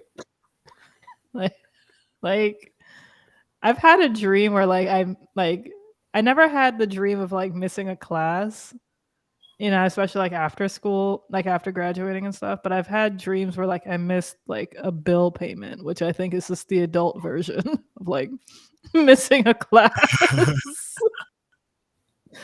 I was like, did I pay that? Oh my goodness. Okay, I did. Oh like, man. it's like, oh no, what is the late fee? You know, like Oh yeah. it's real. It's real. Yes. Definitely real. Hmm. Definitely, definitely real. But circling back to you, L. Mm-hmm. Actually, pretty much going to ask a question. What what were some things that you noticed in your past relationships that the communication could have been better? Um, just like like I've dated guys, been on dates, and where like you know, like either he's just talking the whole time and I'm just kind of there listening, or like there's been times when I would just like put the phone down and just do other things while he's just yabbering on, and then I just come and pick it up later and he's still like yabbering on. Like, because there's been times where like I would be talking and then they would like cut me off and then start talking and talking and talking. That happens so many times. Like one of the things that like social media has kind of like opened my eyes to is like I'm not the only woman. This is just like a very common thing among men, like when dating men rather. That I don't know if it's like the weird stereotype that like women talk a lot, but like I don't know. I feel like I don't know. People just talk a lot, but like I I like I'm I guess like a good listener. So I like to listen and hear what people have to say, but like some people really just like need a therapist because like sometimes they just sort of just dump everything on you. Like I forgot, like somebody on Twitter a few months ago like posted something saying like a trauma dumper, like an emotional trauma, and it's like it's true. And it's like like it sucks that like men don't really have like great outlets to like express themselves. Like men don't really like talk to men. So when when a man actually meets a woman, they feel like they could just kind of talk to them about anything because like they really want to express themselves like so badly. But it's like, yo, this is just my second date with you. Why are you telling me the sex positions you did with your ex, sort of thing? Like I don't think that's never like happened, but like there's been times when it's just like because I'm very open, or like you could talk to me about like literally anything, but it's just I'm talking to the cast and BoJack Horseman. That sounds like an awesome dream. Um, no, they don't get like it was an exaggeration, but like it's not that far off from like things that people have shared, men have shared. But there was a guy that I was, dating on and off for like a year and a half. Like I've, kind of mentioned him a few times here and there, but like he and I shouldn't have been dating when we were both going through like some serious like trauma. And he would, I don't know if this is just how he was or how he is, but he would always get like very like I feel like I'd just be talking a lot, and and like on the phone because he lived kind of far, and it's like I wanted to like ask him questions and be like, hey, but like something, and he'd be like, yeah, no, I'm listening. So like like there's some people who are just like totally silent, and it can be kind of dangerous because sometimes people can use what you say against you. Like sometimes when you just feel like you're just being open and communicative and just talking, they could definitely like use that against you. Like, you know, that's happened to me, like, you know, like with like a guy who I kind of felt like was like a friend recently.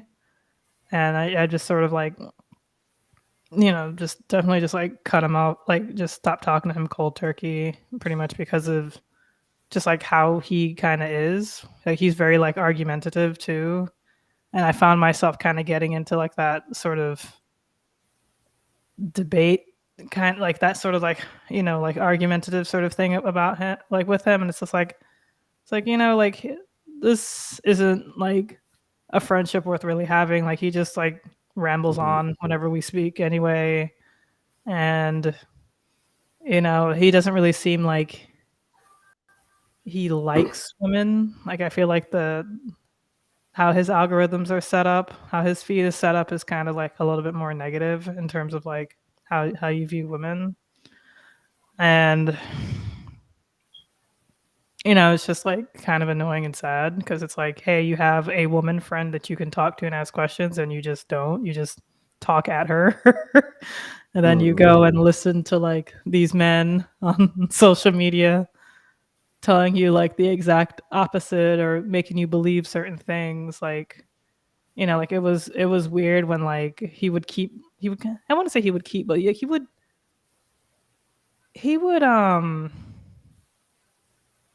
would like bring up like that track runner that I would, you know, I was like seeing casually, and it was just weird because I'm like, I forgot that I even told you about him. Like, so like it was like a way for him to kind of like use that as like sort of like a jab against me in a way. Imagine like this was the guy that I was just like friends with, and at least that's how I was trying to keep it. But I do feel like he like definitely wanted more because, you know, like, come on, I look like how I look. But sorry, not sorry, but like it was just weird because like I don't know if he thought less of me because I had someone I was casual with, you know, like I don't know if he like saw me as like a hoe. Like low-key, it's like I wish I was. Like I'm not. Like I kind of like it would be awesome. But like, you know, if I, you know, like if Toby feels like he has like -1 body count, then like my body count's like 2. But like,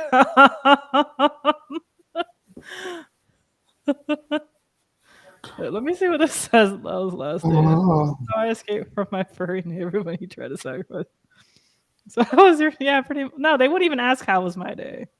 They would just end off with Gods of Hollywood, then I'd have to, you know, continuing following up on questions. But anyway. But yeah, like it was just like but like I just didn't really feel like the friendship was really like worth like keeping because it was just like you could tell he's very curious about women, but he doesn't know how to talk to women. And it's like you just had a whole woman friend.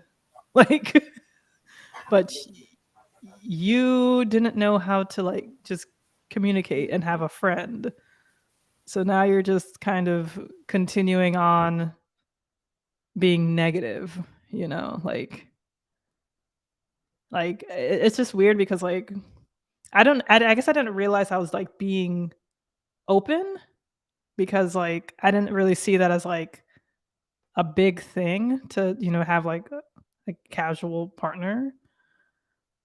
Um but I guess I don't know if I don't know if he felt like inadequate. I don't know if he felt like he wanted to be that casual partner. I don't like I I don't know. Like I have like a million questions and I don't really care to know the answers cuz it's like you know, like I've dealt with guys like him and it's just like not worth continuing anything with cuz like that's just like a type of person like if you're not willing to like listen, you know, like if you have like a whole woman who you know, like I wouldn't like, and I wouldn't consider myself like the best person on the world who like best communicator or like a know-it-all, like, but like I'm definitely like here to like listen. I'm definitely here to like hear you out. And like I have several guy friends. Like I have a ton of guy friends. Like, I hear their perspective, I listen to them. They hear my perspectives, they listen to me. They have other women friends. And like, like we talk about like different sorts of dynamics. But I could just sort of tell that like he didn't really have many women friends, if at all. Like he might have like a female coworker that he probably goes to lunch with, sort of thing. Like he probably it's probably like something like that. But you could tell that he doesn't really have like any like women friends. And so yeah, like it was just kind of like and it was for like a while. I was thinking about just sort of ending the friendship, or like not really like talking to him that much. And then yeah, like I can't remember exactly what it was. It was like the straw that broke the camel's back, but it was just like, yeah, you're like not worth my time, sort of thing. And it's, I guess that's one of like the perks of being like, like in your 30s. Like you just, but like you just sort of like you just like know that this isn't going to go anywhere, and it's like no sense in like pursuing it. It's like you know what, I did the best I could do. I didn't realize I didn't know I was supposed to like be helping him, but I want to say I was supposed to. It was like I don't want to get into that zone of helping him because he's just not worth my time. Like he seems like the type of guy who would just try to date like a 22, 23-year-old, because they're like those girls are like, they're young and like they're stupid, and like they feel like they can like help this person. And that's like, and like that's why, I mean, this is my opinion, but it seems to be kind of ringing true. That's why like I feel like a lot of like older men tend to date younger women sometimes, so they could kind of like manipulate them in a way. And I've mentioned this like a little bit on this show here and there, but it just seems to be true, because like older women, like we've met men like them so many times. It's like, I don't have time for you. But who does have time? Young girls who don't know anything. So like it's sort of sad. Like this is like, I did want to like quickly mention, like I feel like oh hey, all right, this is exciting. It's a Mish raid. Recanti. Oh, Recanti. Hey, I mean, straight. I think Recanti is Misha's girlfriend. Hey.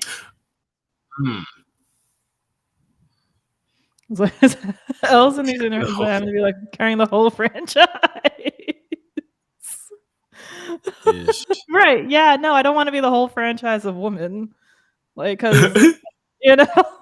like, I don't want to be like the cool chick, the one of the, like, no, well, fuck that. It's just like, I can't afford to like, it's like, if you're not listening to me, if you're not trying to hear what I'm trying to say, if you're just trying to force me to like, I guess kind of be, I don't know, like, I don't know, like submit to the patriarchy. I don't know why it spells it out. So like the icons are like, I guess like a Mish heart. Is that what it says? Well, like it is a Mish. It is a Mish heart. So like, yeah, heart. It actually looks like cake from like, if you because it's like triangular-ish. Like it could be a slice of cake, and I mean, hey. Yeah, no, I thought it was cake slices too. Just curious, did you feel that way about older guys when you were in your early 20s? I wasn't really like, because when I was on the dating apps, I was like 23, 24, I'd only set the age to go up to maybe like 27, 28. So I was never really like talking to like older guys, like, and like older guys never really like hit on me, and like there would be like the occasional, I would set my thing up to like 30 35, like the age range, but I didn't really like have it stay on there that long. And I don't know, like it just didn't seem, I don't know. There was like this one time there was this guy. I can't remember what dating app this was, but I'm trying to think how old I was. I don't know, I was like 27 maybe. And I can't remember how old he was. He was like, I think somewhere in his 30s. And he was saying how like, I guess he like what he was looking for. And he was just like pretty much looking for a woman who he can date and, you know, be in a relationship with for 5 years up until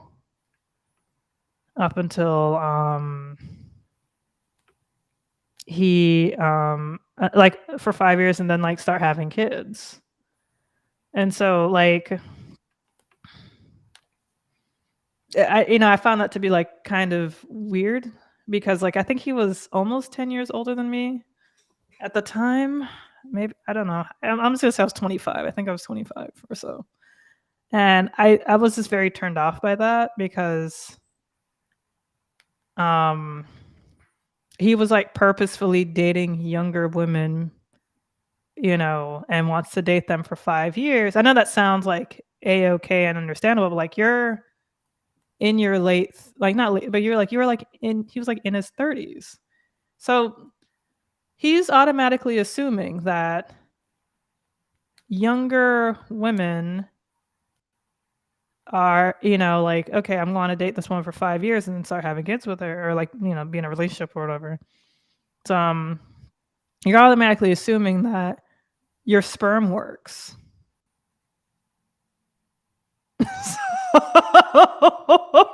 Like, that's like, have you gotten your sperm checked? Probably not. So why are you dating younger women when you're half of the equation?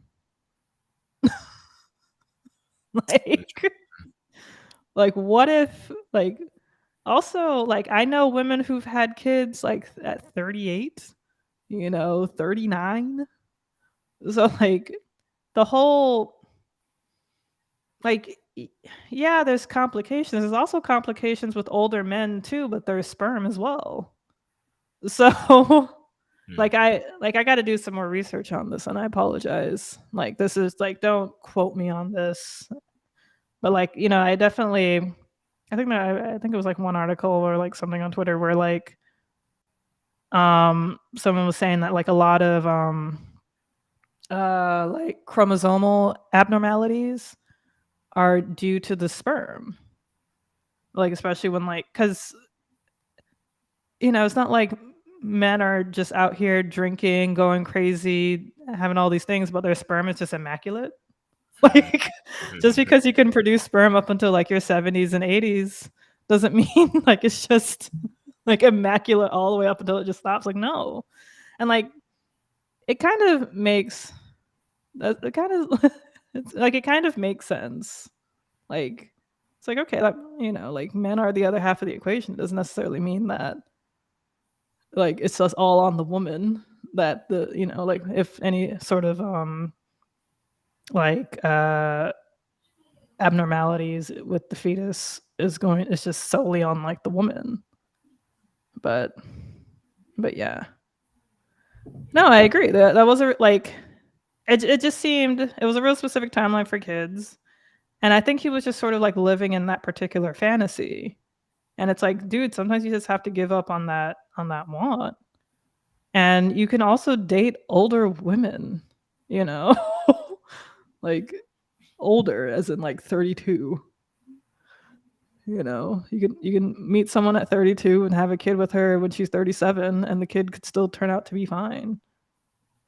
I guess it depends on like how many kids are you trying to have, and like you can have multiple kids. Like what's her face? Like Chelsea Handler just came out with a special on Netflix, and how like I guess like some of her friends, I think like in their 40s or so, or however old, I think she's probably like in her 50s now, maybe like 40s, are like getting pregnant, and they're like, I guess I'll just have this kid because they just assumed like they couldn't get pregnant or something. And then like, yeah, it's like that's the problem.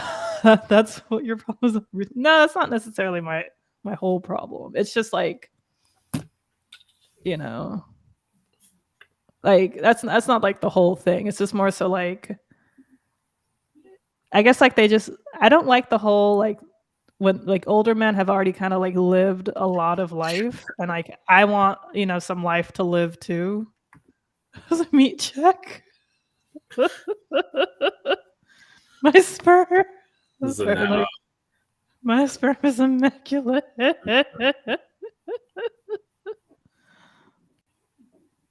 mm, Oh my god. What's the strike? Have to be lucky. Wants to strike gold. Yeah, yeah. No, it's true, and like that's, you know, and that's I feel like how a lot of, you know, like men on like social media apps kind of think. You know, like they like would say something completely like outrageous, and it's like, well, it just has to be one chick has to say yes to this. It's like, how about you just completely change your whole way of doing this, of, you know, like of communicating. But Mhm. yeah, no, I didn't really get hit on much by older men to my knowledge. Like, yeah, not really like hit on. Sometimes they'll be like, "Oh, I just want to let you know that you're gorgeous," sort of thing. And I'm like, "Okay, thanks." Man, there's like this one guy, you know, who worked in my building that I was working at. So you're saying there's a chance? Hold on. Do that Birdman rap.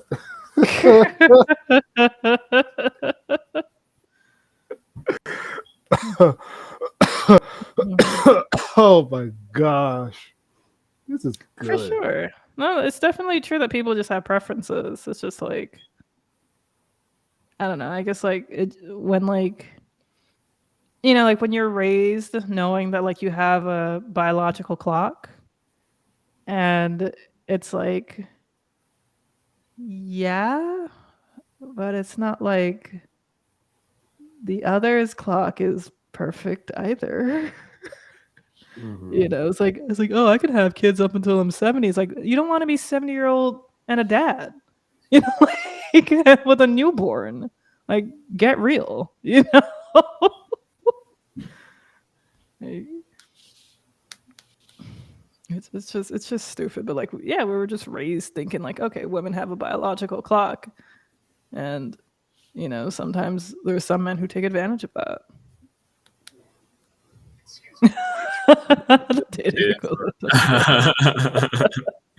Agreed. Very true. You ain't wrong there.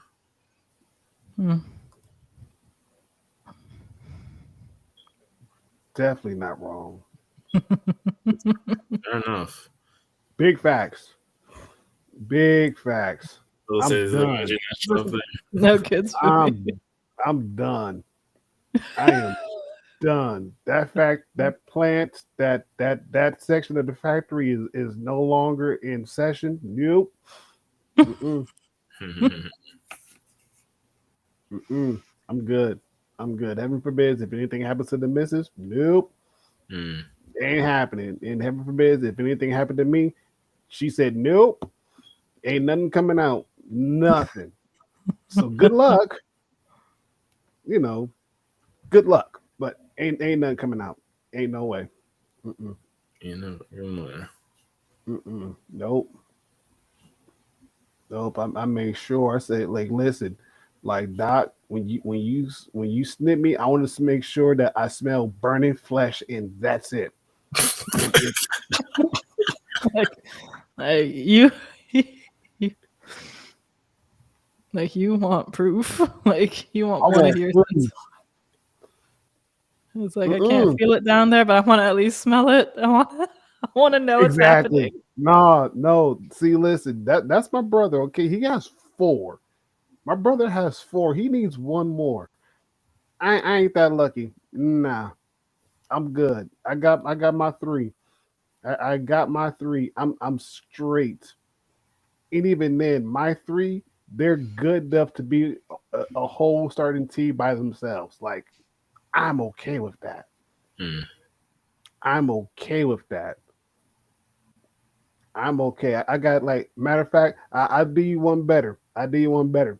In my household, I got the big three. If Yeah. you know, you know. Hmm. Toby, don't look lost. Just nod your I'm head yes. just listening. I'm just like the big three. Yeah, just So, nod your head yes. Like I know what that means. I I know know what that exactly what means. I don't that know. is. Don't be like that guy. It's like I'm just listening. It's like, are you? I'm Are dead. you though? Ah! Feel like I'm talking to myself here. Oh Man, snap! so like, I remember I told one of my good guy friends like one of the sexiest things a guy has said to me, and one of the sexiest things a guy has ever said to me was, "So what do you think?" hmm. Like we were just on like, and like like it startled me because I was just like, "Holy shit!" Like I didn't even realize that. Like that's when I realized like guys just don't ask me questions. Like guys Mm. don't like care what's going on up here. Like they really just want like I don't know, like a pretty face to talk at. Hmm. The big three. Would it be DBZ? I thought Yes. it'd be Bleach. At least in that, well, One Piece has been going on since Oh, DBZ. I read it from the top bottom. So I saw Nisha's thing first. Favorite And yeah. King searching for the One Piece. Yeah, yeah, I think it was Bleach. Yeah, One Piece, Yeah, Bleach, and Bleach Naruto. is usually it's Bleach. I mean, Dragon Ball Z is like its own kind of league. I feel like the league. Yes. Yeah, because like DBZ is what like inspired One Piece, Naruto, and Bleach and everything. Hmm. Yeah, but you know, no, I'm giving you a revive token. You will not go. You will not. No, you get get it back on. Get back in here. Nope. You are not RIPing in the chat today. No, no, Mm-mm. Mish. No, No, we're bringing you no. back to life, Mish. Yes, yes. And even then, I gave you the biggest shout out first stream in the first stream. Said Mish is the number one mod in Twitch channel universe history. Period. Boom, boom. True, true. I was there. Yes, I was there yes, when that was initiated. yes.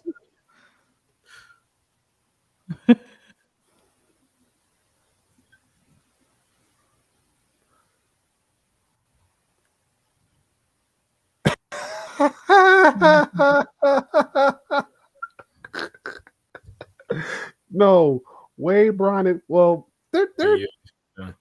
And you know, technically. Mm, yeah, yes, that one I've heard is definitely. Um, I, I would say it's DBZ, Yu Yu Hakusho, and Sailor Moon. Probably would have been those three big three. Inuyasha was like a little bit later. I think Inuyasha was like 2001.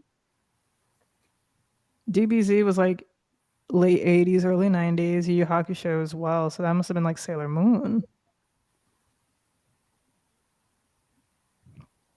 yeah, I feel like, I'm sketchy on some of the timelines. I just remember when I was young and I would see like Sailor Moon randomly with my cousins, and we were pretending to be sailors. There was a point in life where I was like, we probably shouldn't have been doing that. But now it's come full circle where I'm like, who cares that we were doing that? No shame. Um, so we were not dressing up, but just pretending to be the sailors. I'm trying to think. Honestly, I don't yeah, know. they're 'Cause I didn't- badass. yeah. Wade Braun. But Inuyasha isn't a shonen. Inuyasha is a shoujo. Oh wow. See, I don't know what's going on. Honestly. It just fronts like it's a shonen. But no, a woman created Inuyasha. The same person who made Ranma Half. Well, I don't know. Pretty.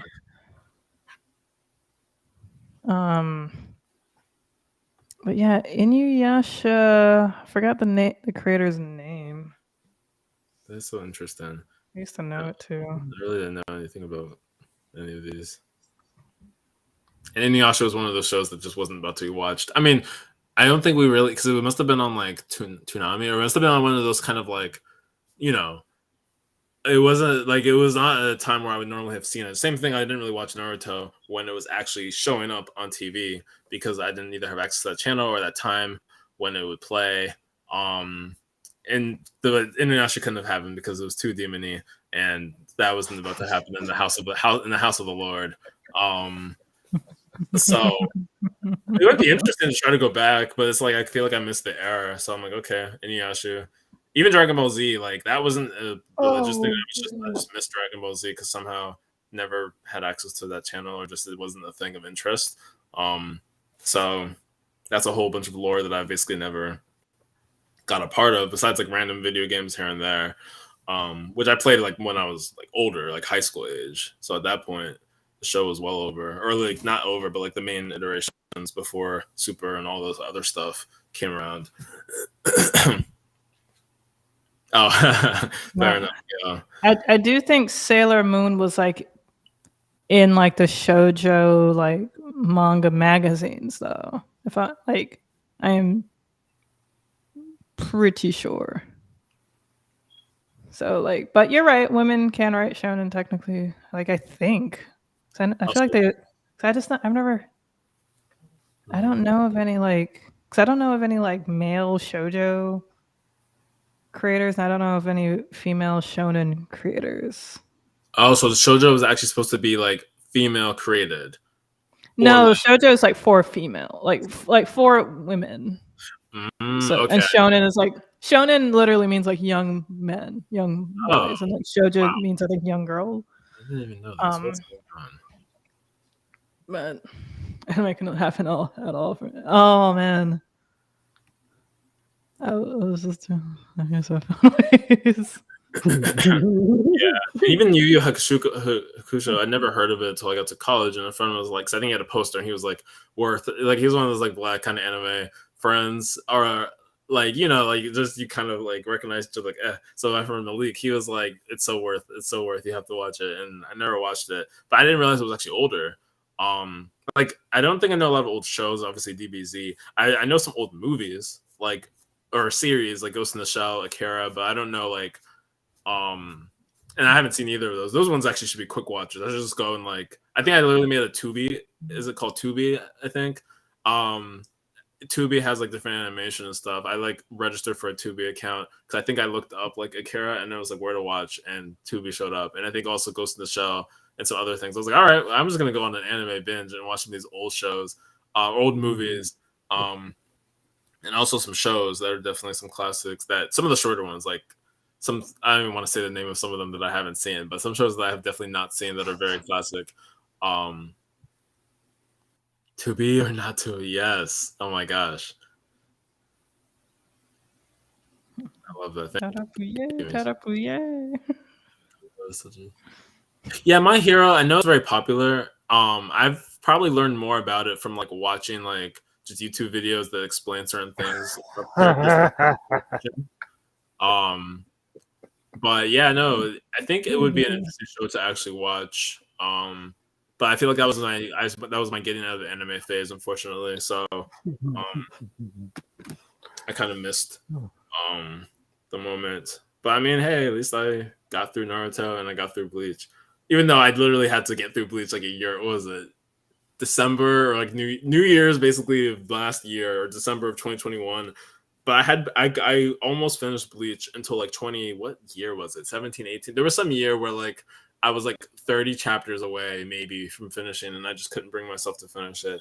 But I basically like burned through Bleach back in like 2014, 15, 16 era. And then that's it. One Piece I'd never touched, and I'm not sure I ever can, because of just at this point it's like too far gone. Yeah, no, I was just thinking that today. Like, I would have to watch that with like my future husband. I've heard of Blue Lock, and I heard it's actually, it's like really good. Oh, I should watch it. I actually played soccer. It's like the one sport that I actually did. So I think I shared this in the Discord. I can't remember. If not, I'll find it and share it.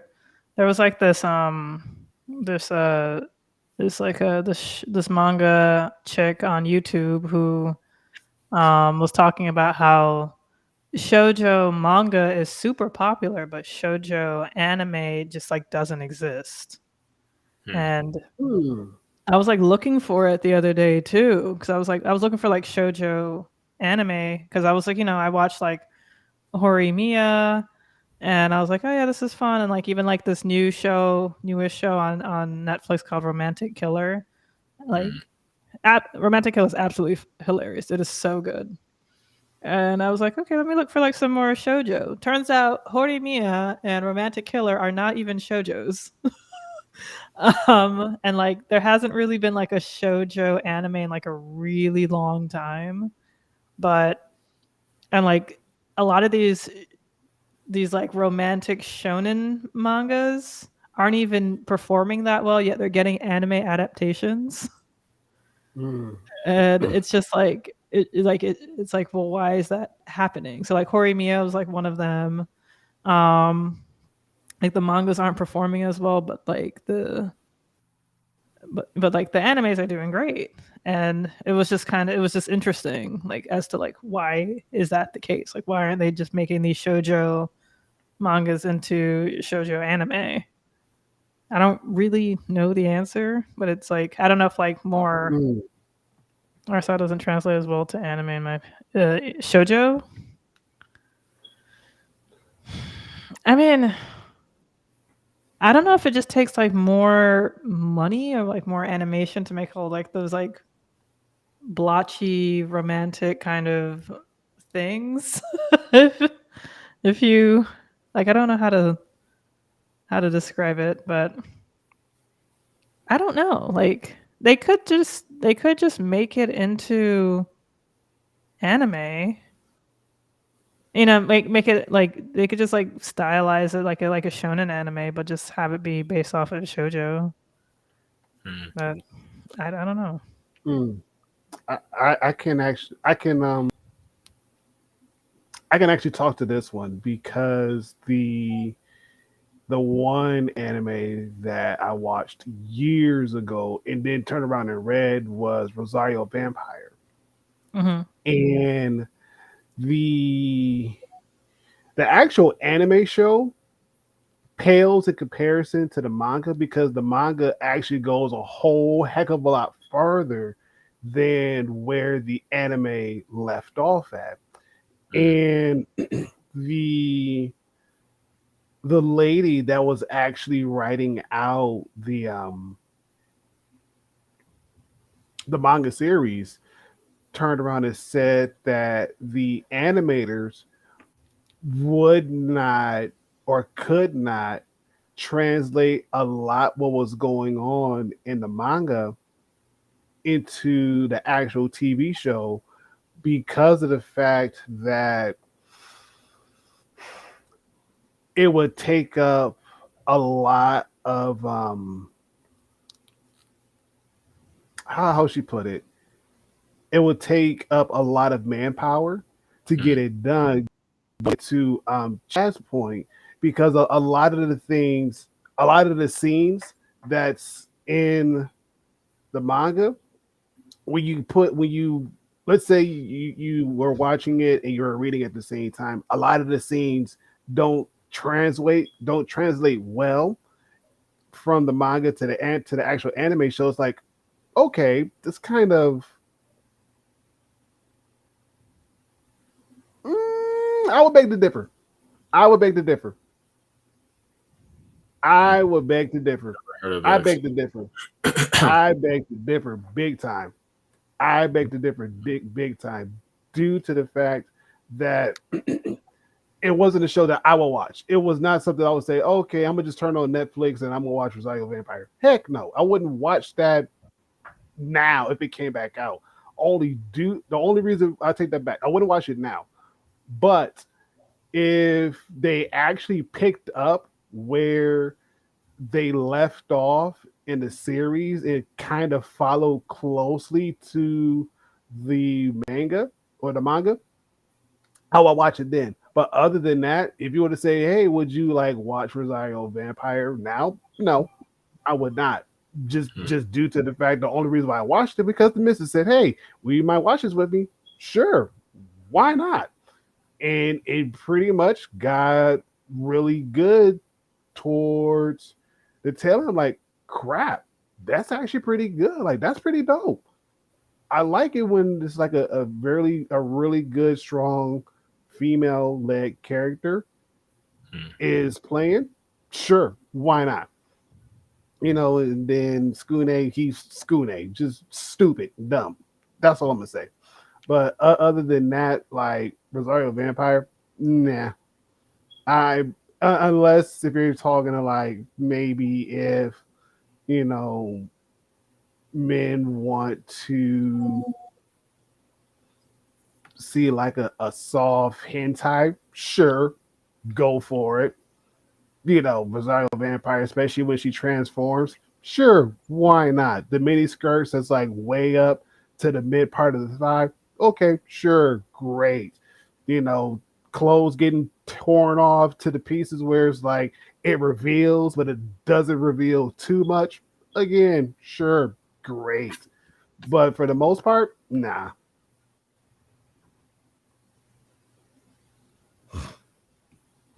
Yeah, Yeah, I've never right. heard of it. So. No, Yeah, I never heard of Two no. Love for You. But again, like I said, when it circling back, the the author she wanted it to get translated into. She actually wanted it to get No, that's what I'm saying, Rocky. Yes. No, Got it. Hutai no, Henlu. no. Going back, like I said, the author what she wanted it. She actually wanted the company who was making the the anime. She actually wanted the company to do it, but because of manpower and this is that the third and whatnot, it's a lot of legal issues, a lot of other issues. She was like, yeah, you know, read it, go for it. But other than that, yeah, oh well. I'm like, yep, that sucks. Manga was good, great. Read it at your leisure. But other than that, go for it. Oh, you, Toby, Yes, sir. you are not getting out the fire. Without Nope. giving my. Yep. Hey, what's up, Extreme? What's happening? How's it going? Hey, what's going on? So, you, I Toby, mean, um, without giving away too much, what were some of mm, a lot of your past experiences or past relationships that you experienced like bad communication? oh my goodness. Well, I mean, it's a good question. It's kind of hard. And actually, something. Well, anyway, I'll have to ask a question later. But for me, I've had like just like I've been very solo dolo. Beside Hmm. all the memes, basically at this point, they're memes that have been created by this chat and this stream of me, memes verbally, not so much through images. But I really have not been like out here for real, for real. So I think like I have to kind of go to like situations that I've been in and think Hmm. about what are some of the problems with some of those. I mean, there's always like the okay, something happened and I can't articulate why this thing made me feel a certain type of way. Or sometimes even when someone will start acting a certain way to you and they're not really explaining why. And then like later Hmm. they pretend like they weren't just acting like that way just happened. So now I'm like, what?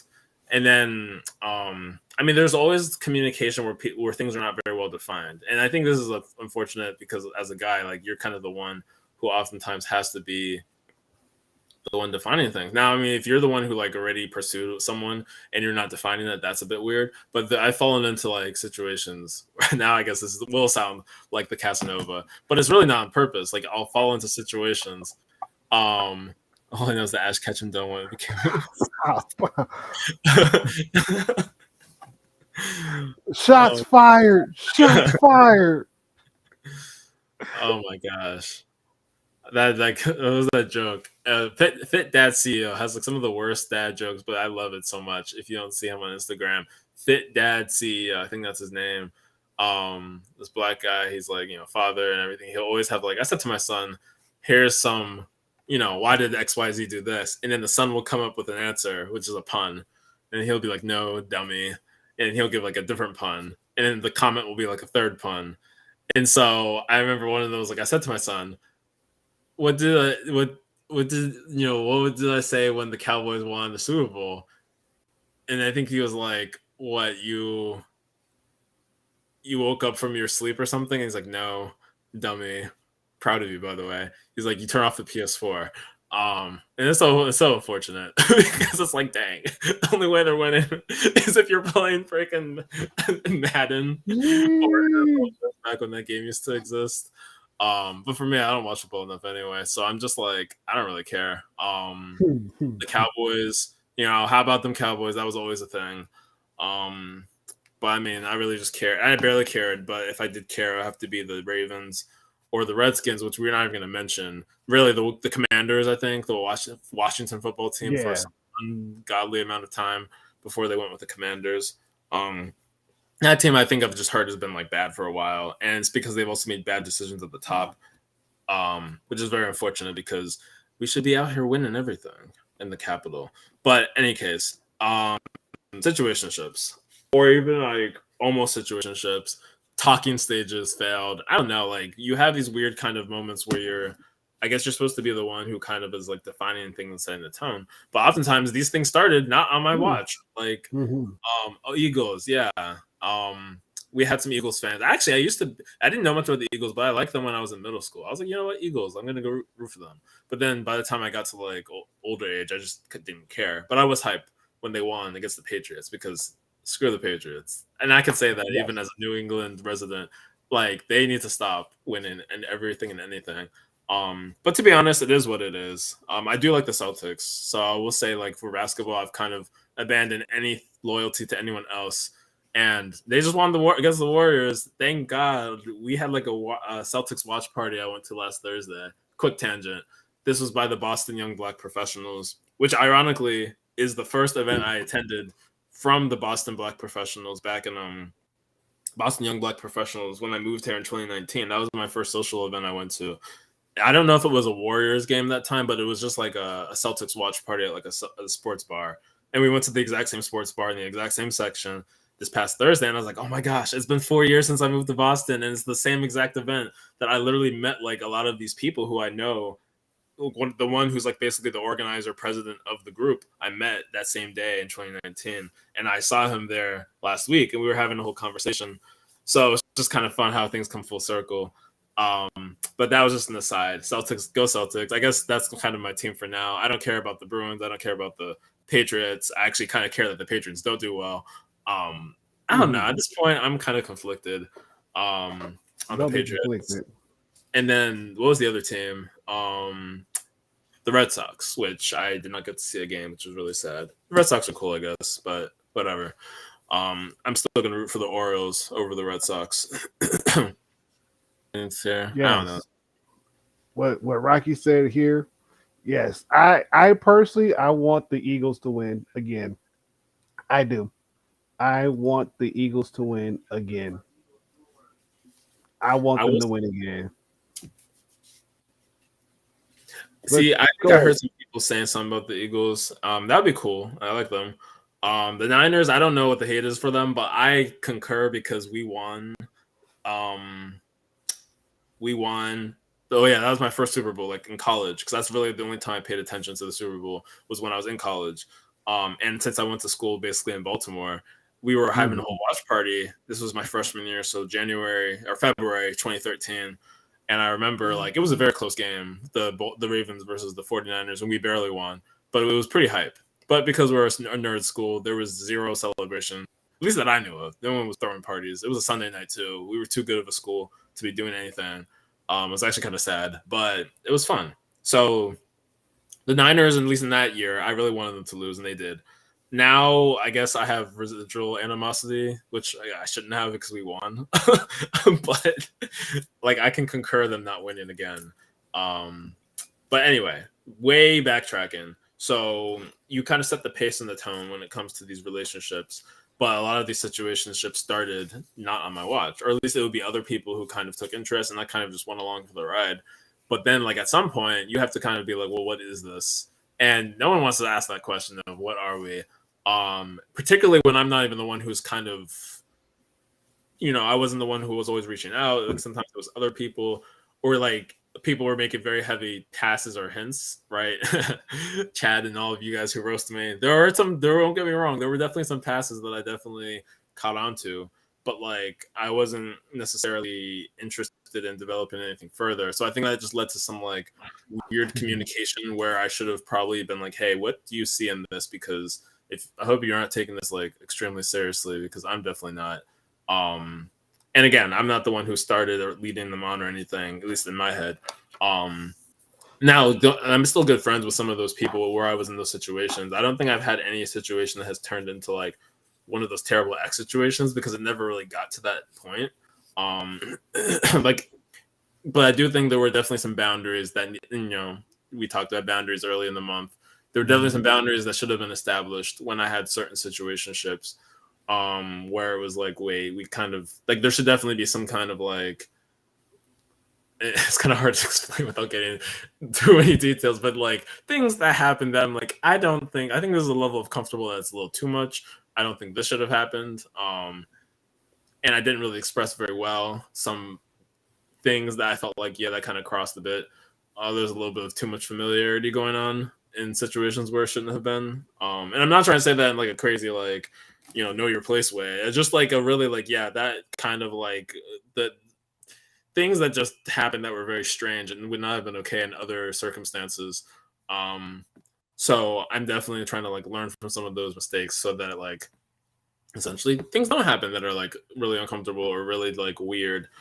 And I guess like because I haven't been in extensive relationships, I can't necessarily. Is that pineapples? Is that a safe word? Yes, it is. It is a safe word. Well, pineapples. I mean, oh, you mean like in the actual situation? No. This wasn't like during sex, like uncomfortable type of thing. Before that, that's a safe word. If you talk about anything dealing with boundaries, if it gets too uncomfortable, pineapples. I'm dead. That's what's up for everything. Pineapples. Yeah, it was like, this isn't the situation, but imagine, like, let's say someone decided they were going to just take my car. Like, maybe they're staying with me, then they decide to take and borrow my car. And I find out after the fact that they do so, and I'm like, what? Like, I get that we're kind of, like, really cool, and we've been, like, intimate, but that shouldn't have happened. Now, that didn't happen with me, but, like, that is kind of a situation where it is like, well, the thing had happened already, and now that it's happened, it's like, well, here we are. And so it's, yeah, with, again, like, I'm gonna have to talk about it a little bit more offline and not on the stream per se. And it's not like, the thing is, like, I don't mind talking about the circumstance, but because it's a little too specific, even if people don't know who they are, like, if someone catches this and they kind of know, like, see the circumstance, it's like, oh, well, that happened. But definitely a moment of like over familiarity happening. And so when there's not good communication, and it's really awkward too to be like, so what kind of, ship are we in, and what things are kind of okay and not, like, are we just using each other's stuff out here willy-nilly? Are we claiming each other? Like, sometimes people are claiming when they shouldn't be claiming, if that kind of conversation hasn't quite happened. And it's unfortunate, but like, people are gonna get hurt or like blindsided because they decide they want to be Allstate out here or whatever insurance, literally filing claims more than should have been filed. Like, if policy's not in your name, don't file a claim. Oh, that actually that was an accidental rhyme. But I need that like clipped and trademarked. I'm done. I think like I don't have like too many, like I have some weird stories, but I don't have like as much of like in depth, like, oh man, I was in a relationship for years or even months. Like I feel like even my situations lasted half a year at best, maybe a little longer. But it's weird because it's like you know someone in school or you were cohabiting. I'll put it like that. With someone, not even like they were living with me in my room, but more of like they could have been like a roommate or a sublet or whatever, and things kind of were intimate and it's just like a bit much. In those situations, you kind of are physically there with each other. And I think I'm already like, I need to write off that being a thing where you have someone who you're living with, who you're intimate with, unless you're literally like dating, because otherwise it just leads to some weird situations. Other communication mishaps or misfalls, miss whatever's. I don't know. I mean, I feel like I have like weird communication in other areas outside of relationships where it's just like things people should like, you know, obviously discuss things that affect both people. So like even like having roommates where people decide to make changes that are going to affect both of you, but you make the change for the two of you, like that kind of thing is not good. And unfortunately, I've dealt with that / real time. Well, anyway, let me not get too specific, but like there's some, you know, things in real time that were not even relationship like romantic at all, but just like bad communication where people don't say things before they do things. And I'm like, that's not good. And then, yeah, I would say that's probably the most that I can really like think of. My end is mostly just again addressing things when I notice like someone has said something that's bothersome or that I find like not good, disrespectful, whatever. And I, you know, there's sometimes where I've been like better at addressing certain things in the moment, but then there's other things where it's just like this is just too much, and the thought of addressing that is more stressful. I don't know if this is already highlighted, but this is hilarious. No, I was waiting. This team title. Be my concubine. Yo, honestly, don't play yourself. That's what I'm saying. Don't play yourself. People, and this, I made that like one thing about like people want to like, you know, be like, oh, you can't handle me, so are you a card? Honestly, that one was like an okay off the cuff thing, but I have an even better one. I haven't made it, but I'll say it here because whatever. If someone steals it, someone steals it. But I was like, people really play themselves like they're a deck of cards. Like, if you want to be a Joker, then go ahead and be a Joker. But don't get mad that you played yourself like a game of Thrones or something. Let's just be honest and communicate and just know what we are doing here. But I think when I don't communicate, then unfortunately that leads the other actor to make certain decisions or assumptions. And I guess you can't blame them if I wasn't necessarily setting certain boundaries. But it just doesn't always turn out great for everyone. But I feel like it's mostly mild. It's mostly mild in comparison to like some situations that could have happened. And so, you know. Yeah. That was Toby. You have quite the tales. That's all I got to say. I couldn't even fully go into those, but I do appreciate like I need to write a book or whatever someone said. A book, a blog.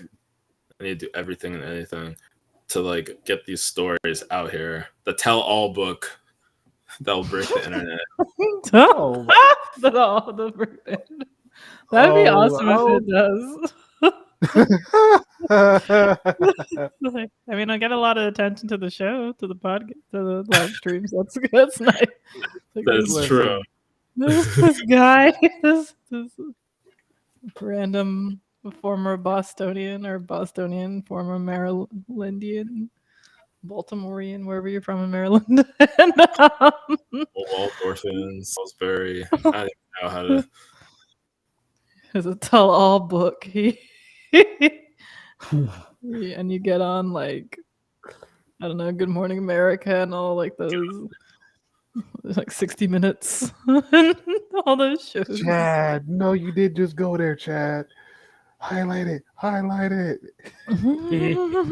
yeah, I'm just confused. I was Yeah, I mean, like I said, things have basically ended actually like really well, where there wasn't really any huge problems because it wasn't like, but it's just like, there's definitely, a failure to communicate on both ends. And again, unfortunately, like I know you were gone, but you may have heard a little what I was saying, but like it falls to the guy a lot of times to communicate and set certain like what are we type of things. And so like I was talking to, like, not like romantically talking, but I was talking to a good friend of mine who was a girl, and I was mentioning kind of like this other girl that both of us knew because she was kind of in that community, and how like me and her had been sort of talking, but it wasn't defined. And she definitely was the one who mostly would kind of pursue communication and kind of ask to come over and hang out. And so my friend was like, "Yeah, Toby, you kind of have to, as the guy, like define some of that so that it doesn't get to the point where like someone is acting under sort of their own assumptions." Or, I mean, delusion is a little unkind, but like I think that's one of the words that came up. But it's unfortunate because that's how it is.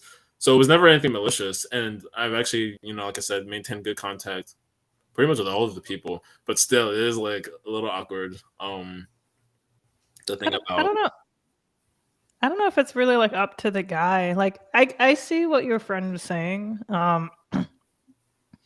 Because like it's on like the like women, like I guess like the stereotype, like women like expect a relationship while men kind of just don't. It's like, I don't know, like the annoying thing that I always found about dating is that it always seemed like women have to like trick men into a relationship. Mhm. And it's like, it's just really annoying because men end up benefiting from relationships more so than women anyway. But but like it I always found it to just like be really annoying because it's like, why can't men realize what it is that they want and why, Mm. but like, so I can understand that, like your friend saying that to kind of like empathize with women. He's like, okay, you have to understand that this is where she's probably coming from. Mm. So to like, really just set the, see like where they are in a relationship, that that does make sense. Mm-hmm. But but she like she still should have said something, like Mm. like men definitely need to be more empathetic and understanding of where women are coming from in society, for sure. Like you'd be really surprised by like just how empathetic women are to men, to the point of like just like the amount of just BS that we put up with and deal with from men. Like it's like sometimes it's just like astronomical. Like the stories I've heard, and the stories that I've experienced, and like even like family and things like that.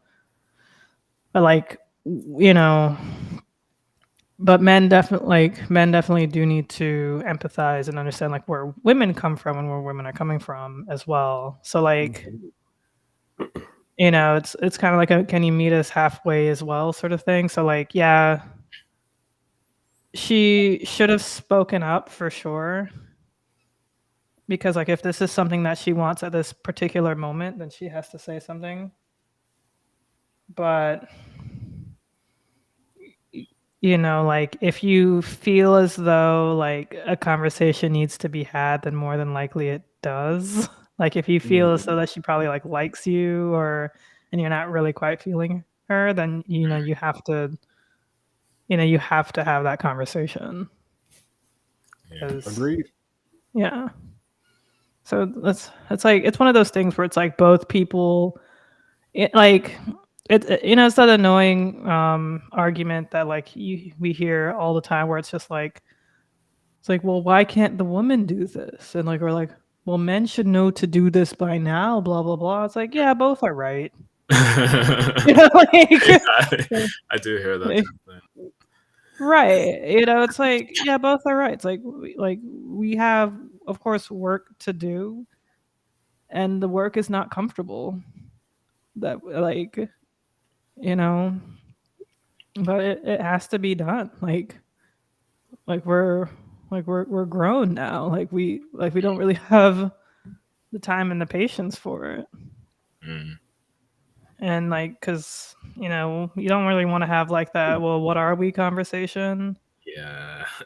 but it has to be done, like I disagree, generally speaking. I don't believe women empathize with men or that men empathize with women in different languages. I disagree, Rocky. Like no, like because for example, like women are taught that like men are messy. Hmm. And like like women are supposed to be clean or whatever. This is just an example. So like women would deal with cleaning up after men, dealing with like if they go over to their place, to over his place, and the place is just absolutely upside down, and like they will be with these men and date them for like a long time, and then after one of them breaks up with the other, they'll have a conversation. They'll be complaining to like a friend or complaining online to like a guy friend or something. The guy be like, well, why'd you stay with him for that long? It's like, well, because we were freaking taught that this was like kind of in a way to be expected and to be okay, when in reality we should not have. So this is like a level of like empathy that's like it's not good. I'm not agreeing that women should do that. I'm not agreeing that men should just stay messy. But that's definitely like a thing that that like to like this mind-numbing like craziness that women put up with. Like they say like men have like a fight or flight and women have like tend and befriend. So like I feel as though like we definitely empathize and understand, because like we've also had to we're also open with our emotions as well. We were allowed to be emotional, so we will have that more so of an understanding. Is like, oh, he's acting this way because of this and that. And while he himself doesn't even know why he's acting that way, because he hasn't even articulated and communicated within himself. But however, women have empathized with men to like such a degree that we can understand why he is doing these things, and then put up with it because we understand. I could see that. Yeah, like I don't think it's really different languages. Like I'd say it's probably like different love languages and different but like we all speak English though. Like at least here on this podcast. Except our friend like Marmadogas, who comes at the very end. The fact that you said the same thing I was thinking, I love it. Yeah, like which I hope he's here, or she, they. I don't know the gender, but I think they speak Spanish, but it's sorry. Like, what did Chad say? Sorry, like I didn't even read it. It's a cultural difference, just like you wouldn't approach a Brit like as the American in the relationship. I mean, we're both in the same country though. Like we're both like, I don't know, because like a man and a woman isn't really like a Brit and an American, unless I'm misunderstanding what you're saying, Chad. I just asked myself, what do I want out of this situation? What will words do to my wife if I said this? Do I want to hurt her or make her feel good? That's interesting. And like, yeah. That's very true. However, men are also taught that they should be expendable in order to protect women. Absolutely. That's true too. And like, this is something that we are taught, women are taught as well, like either directly or indirectly. I'm not like agreeing with, but like, like, like I don't like generalizing. Like I really don't. It's just like,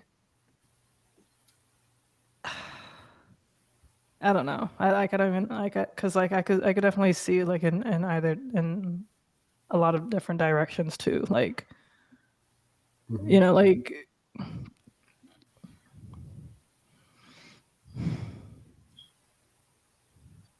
Yeah, like it's just BS that we were taught and that we need to be undoing. Like we need to be like the unlearning and things like that. I was gonna throw in actually even before Rocky had this comment, because I kind of see where Rocky is coming from. Right. Is because of the fact that even though yes,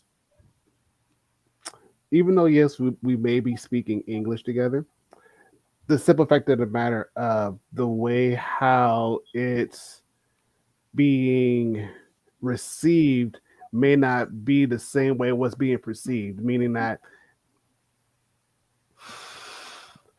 again going back to the public speaking class, Mhm. the instructor said that women they tend to talk a lot more than men. It's been proven. They talk a lot more. What men try to do is get everything in a short amount of time, use as less effort to get the desired results.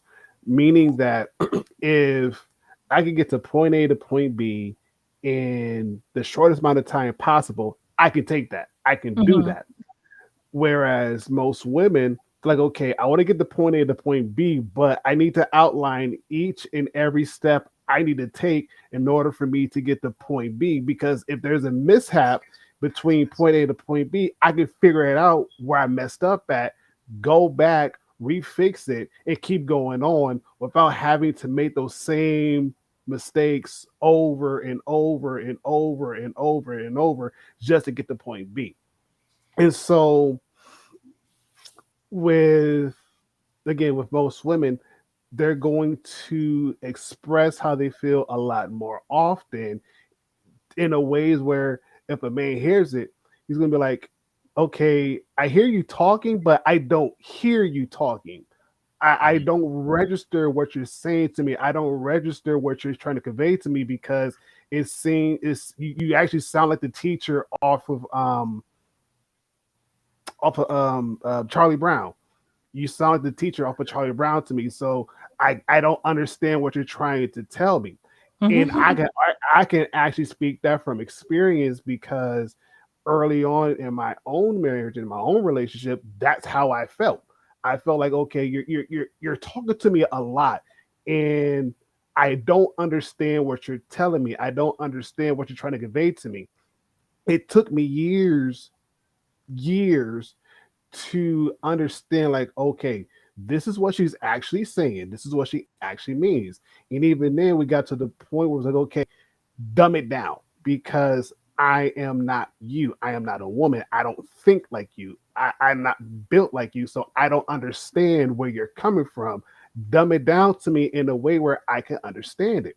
And vice versa. I'm gonna dumb it down to you in a way you can understand it because you're not a man. You're not built like a man. You don't think like man. You don't think like me. You don't even think like me. So I'm gonna have to dumb it down in a way where you can understand it. But at the same time, I'm not going to diminish the fact that you're a woman. No, you just don't understand where I'm coming from. You don't understand my point of view. And that's helped a lot. And even then, and even then, we kind of look back because when a lot of people ask like, yeah, argue this that, and the third, we're like, we don't even know when the last time we actually had a argument. And even Mhm. then, and even then, it's like we don't even know what we argued about because we talk to each other so much. We've had the this open communication thing going for such a long time. It's like there's no secrets, there's no hidden blows, there's nothing. Like everything is put out on the table, and regardless if feelings get hurt or not, it's out there in the open. So it's like it kind of helps. And so again, to Rocky's point when he's talking about the different languages, not necessarily saying love languages, but the actual um, meaning um, was being said.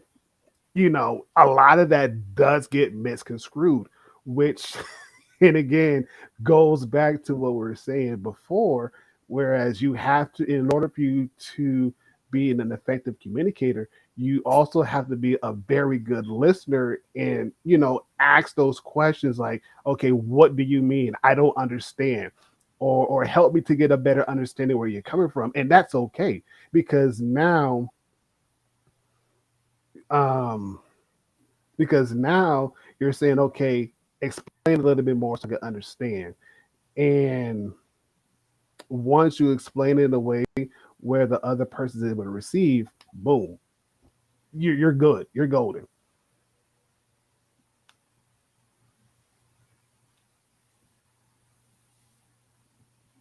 Yes.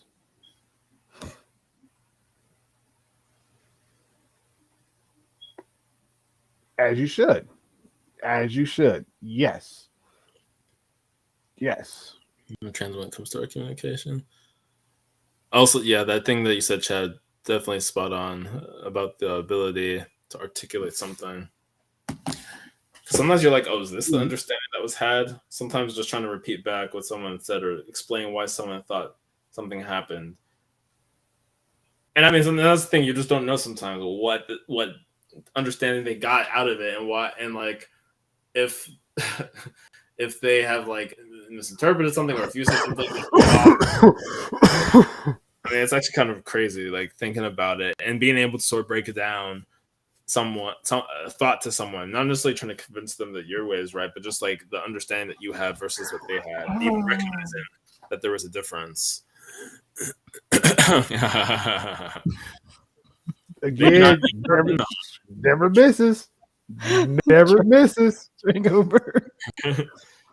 Maybe he doesn't have a garage. There's no transit in the house. Yeah, he just has no form of transit. He doesn't have a bike. He doesn't have a car. He doesn't have any legs. He doesn't have any forms of transit.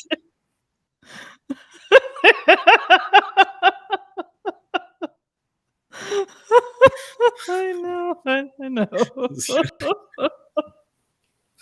You said like transparency is the only trans in your house. I mean, Gil, you set yourself up. You set yourself up in them crosshairs. I'm like, bang, bang. I shot you down. Bang, bang. You hit the ground. And she runs back in the cupboard and do it again. No, like I feel like Chad's point definitely like surmises, this entire stream quite perfectly. The ability to articulate something to a person with a completely different understanding is it's true, because you definitely need to, like we have like love languages, but we don't really have like communication styles. You're talking to an actual comedian. Again, Rocky, point taken. Enough said. Her job was to listen intently and make a joke on your behalf. Ooh, yes. And again, never misses.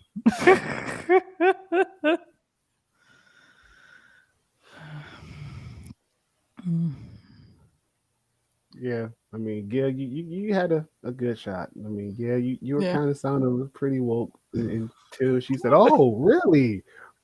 Bang. Like, you're awoke, boom, now you sleep.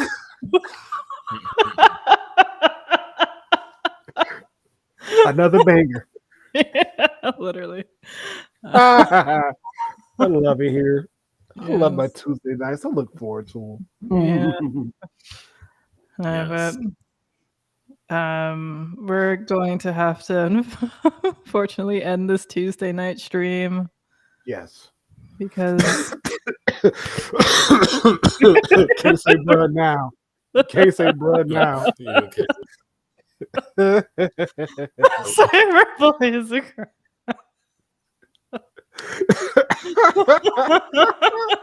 Well, wait a minute. It's not cyberbullying if you instigated it. I'm just saying it's not. It's not cyberbullying when you're laughing too. You got the mask, right? the smile mask with the rage underneath. That's basically the this is the live stream chat equivalent of that. Oh my gosh. Yeah, Ah. but in all seriousness, good night, everyone. We I love don't you know what's all. serious. Yes, that's serious. We do love you guys. We Yeah. do appreciate you guys for stopping by. Shout out to Mish for swinging by, hanging out, bringing the Yes. viewers. We Yes. appreciate each and every one of you guys. Thank you. Thank you. Thank you. Thank you again. Mish, #1 mod in Twitch universe. I don't care what nobody says. They can fight me over it. Yes. I mean, We love yeah, you too, Mish. We yes, love you so much. yes. I'm actually going to do it. Yes.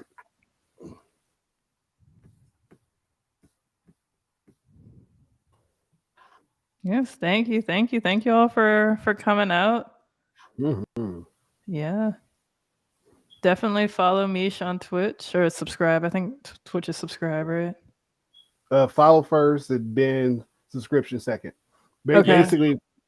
Basically, if you really like the content that Mish puts out, you got to pay. You got to pay some money. Mm. You gonna have to pay. That's where that subscription comes in. And Mish, by far, hands down, best cosplayer. Period. Mm. I don't care what nobody says. Best cosplayer. Period. True. True. Pull up on the stream. You gonna see for yourself. Yes. Yeah. You gonna Catch us on see for season. yourself. Ooh. Gotta pay for that premium Mish content for sure. Oh yeah. Oh yeah. Premium All of, Mish all of content. that. All of that good Mish content. Oh I feel yeah. like all Mish content is premium content, but I digress. Pretty much, yeah. That's true. Now don't digress. It is what it is. But you know, we gotta go, y'all. We gotta go. Yeah. Especially We in- love y'all. See y'all next week. It's going to be the last Tuesday of the month. Yes. Yay. Yeah. And you never know, we may have Barack Obama next week. So you just have to stick around next week and find out. Right. Boom. As always, we love y'all. Catch us on the Discord, of course, and you'll, and watch us next week. See you. See See ya. y'all.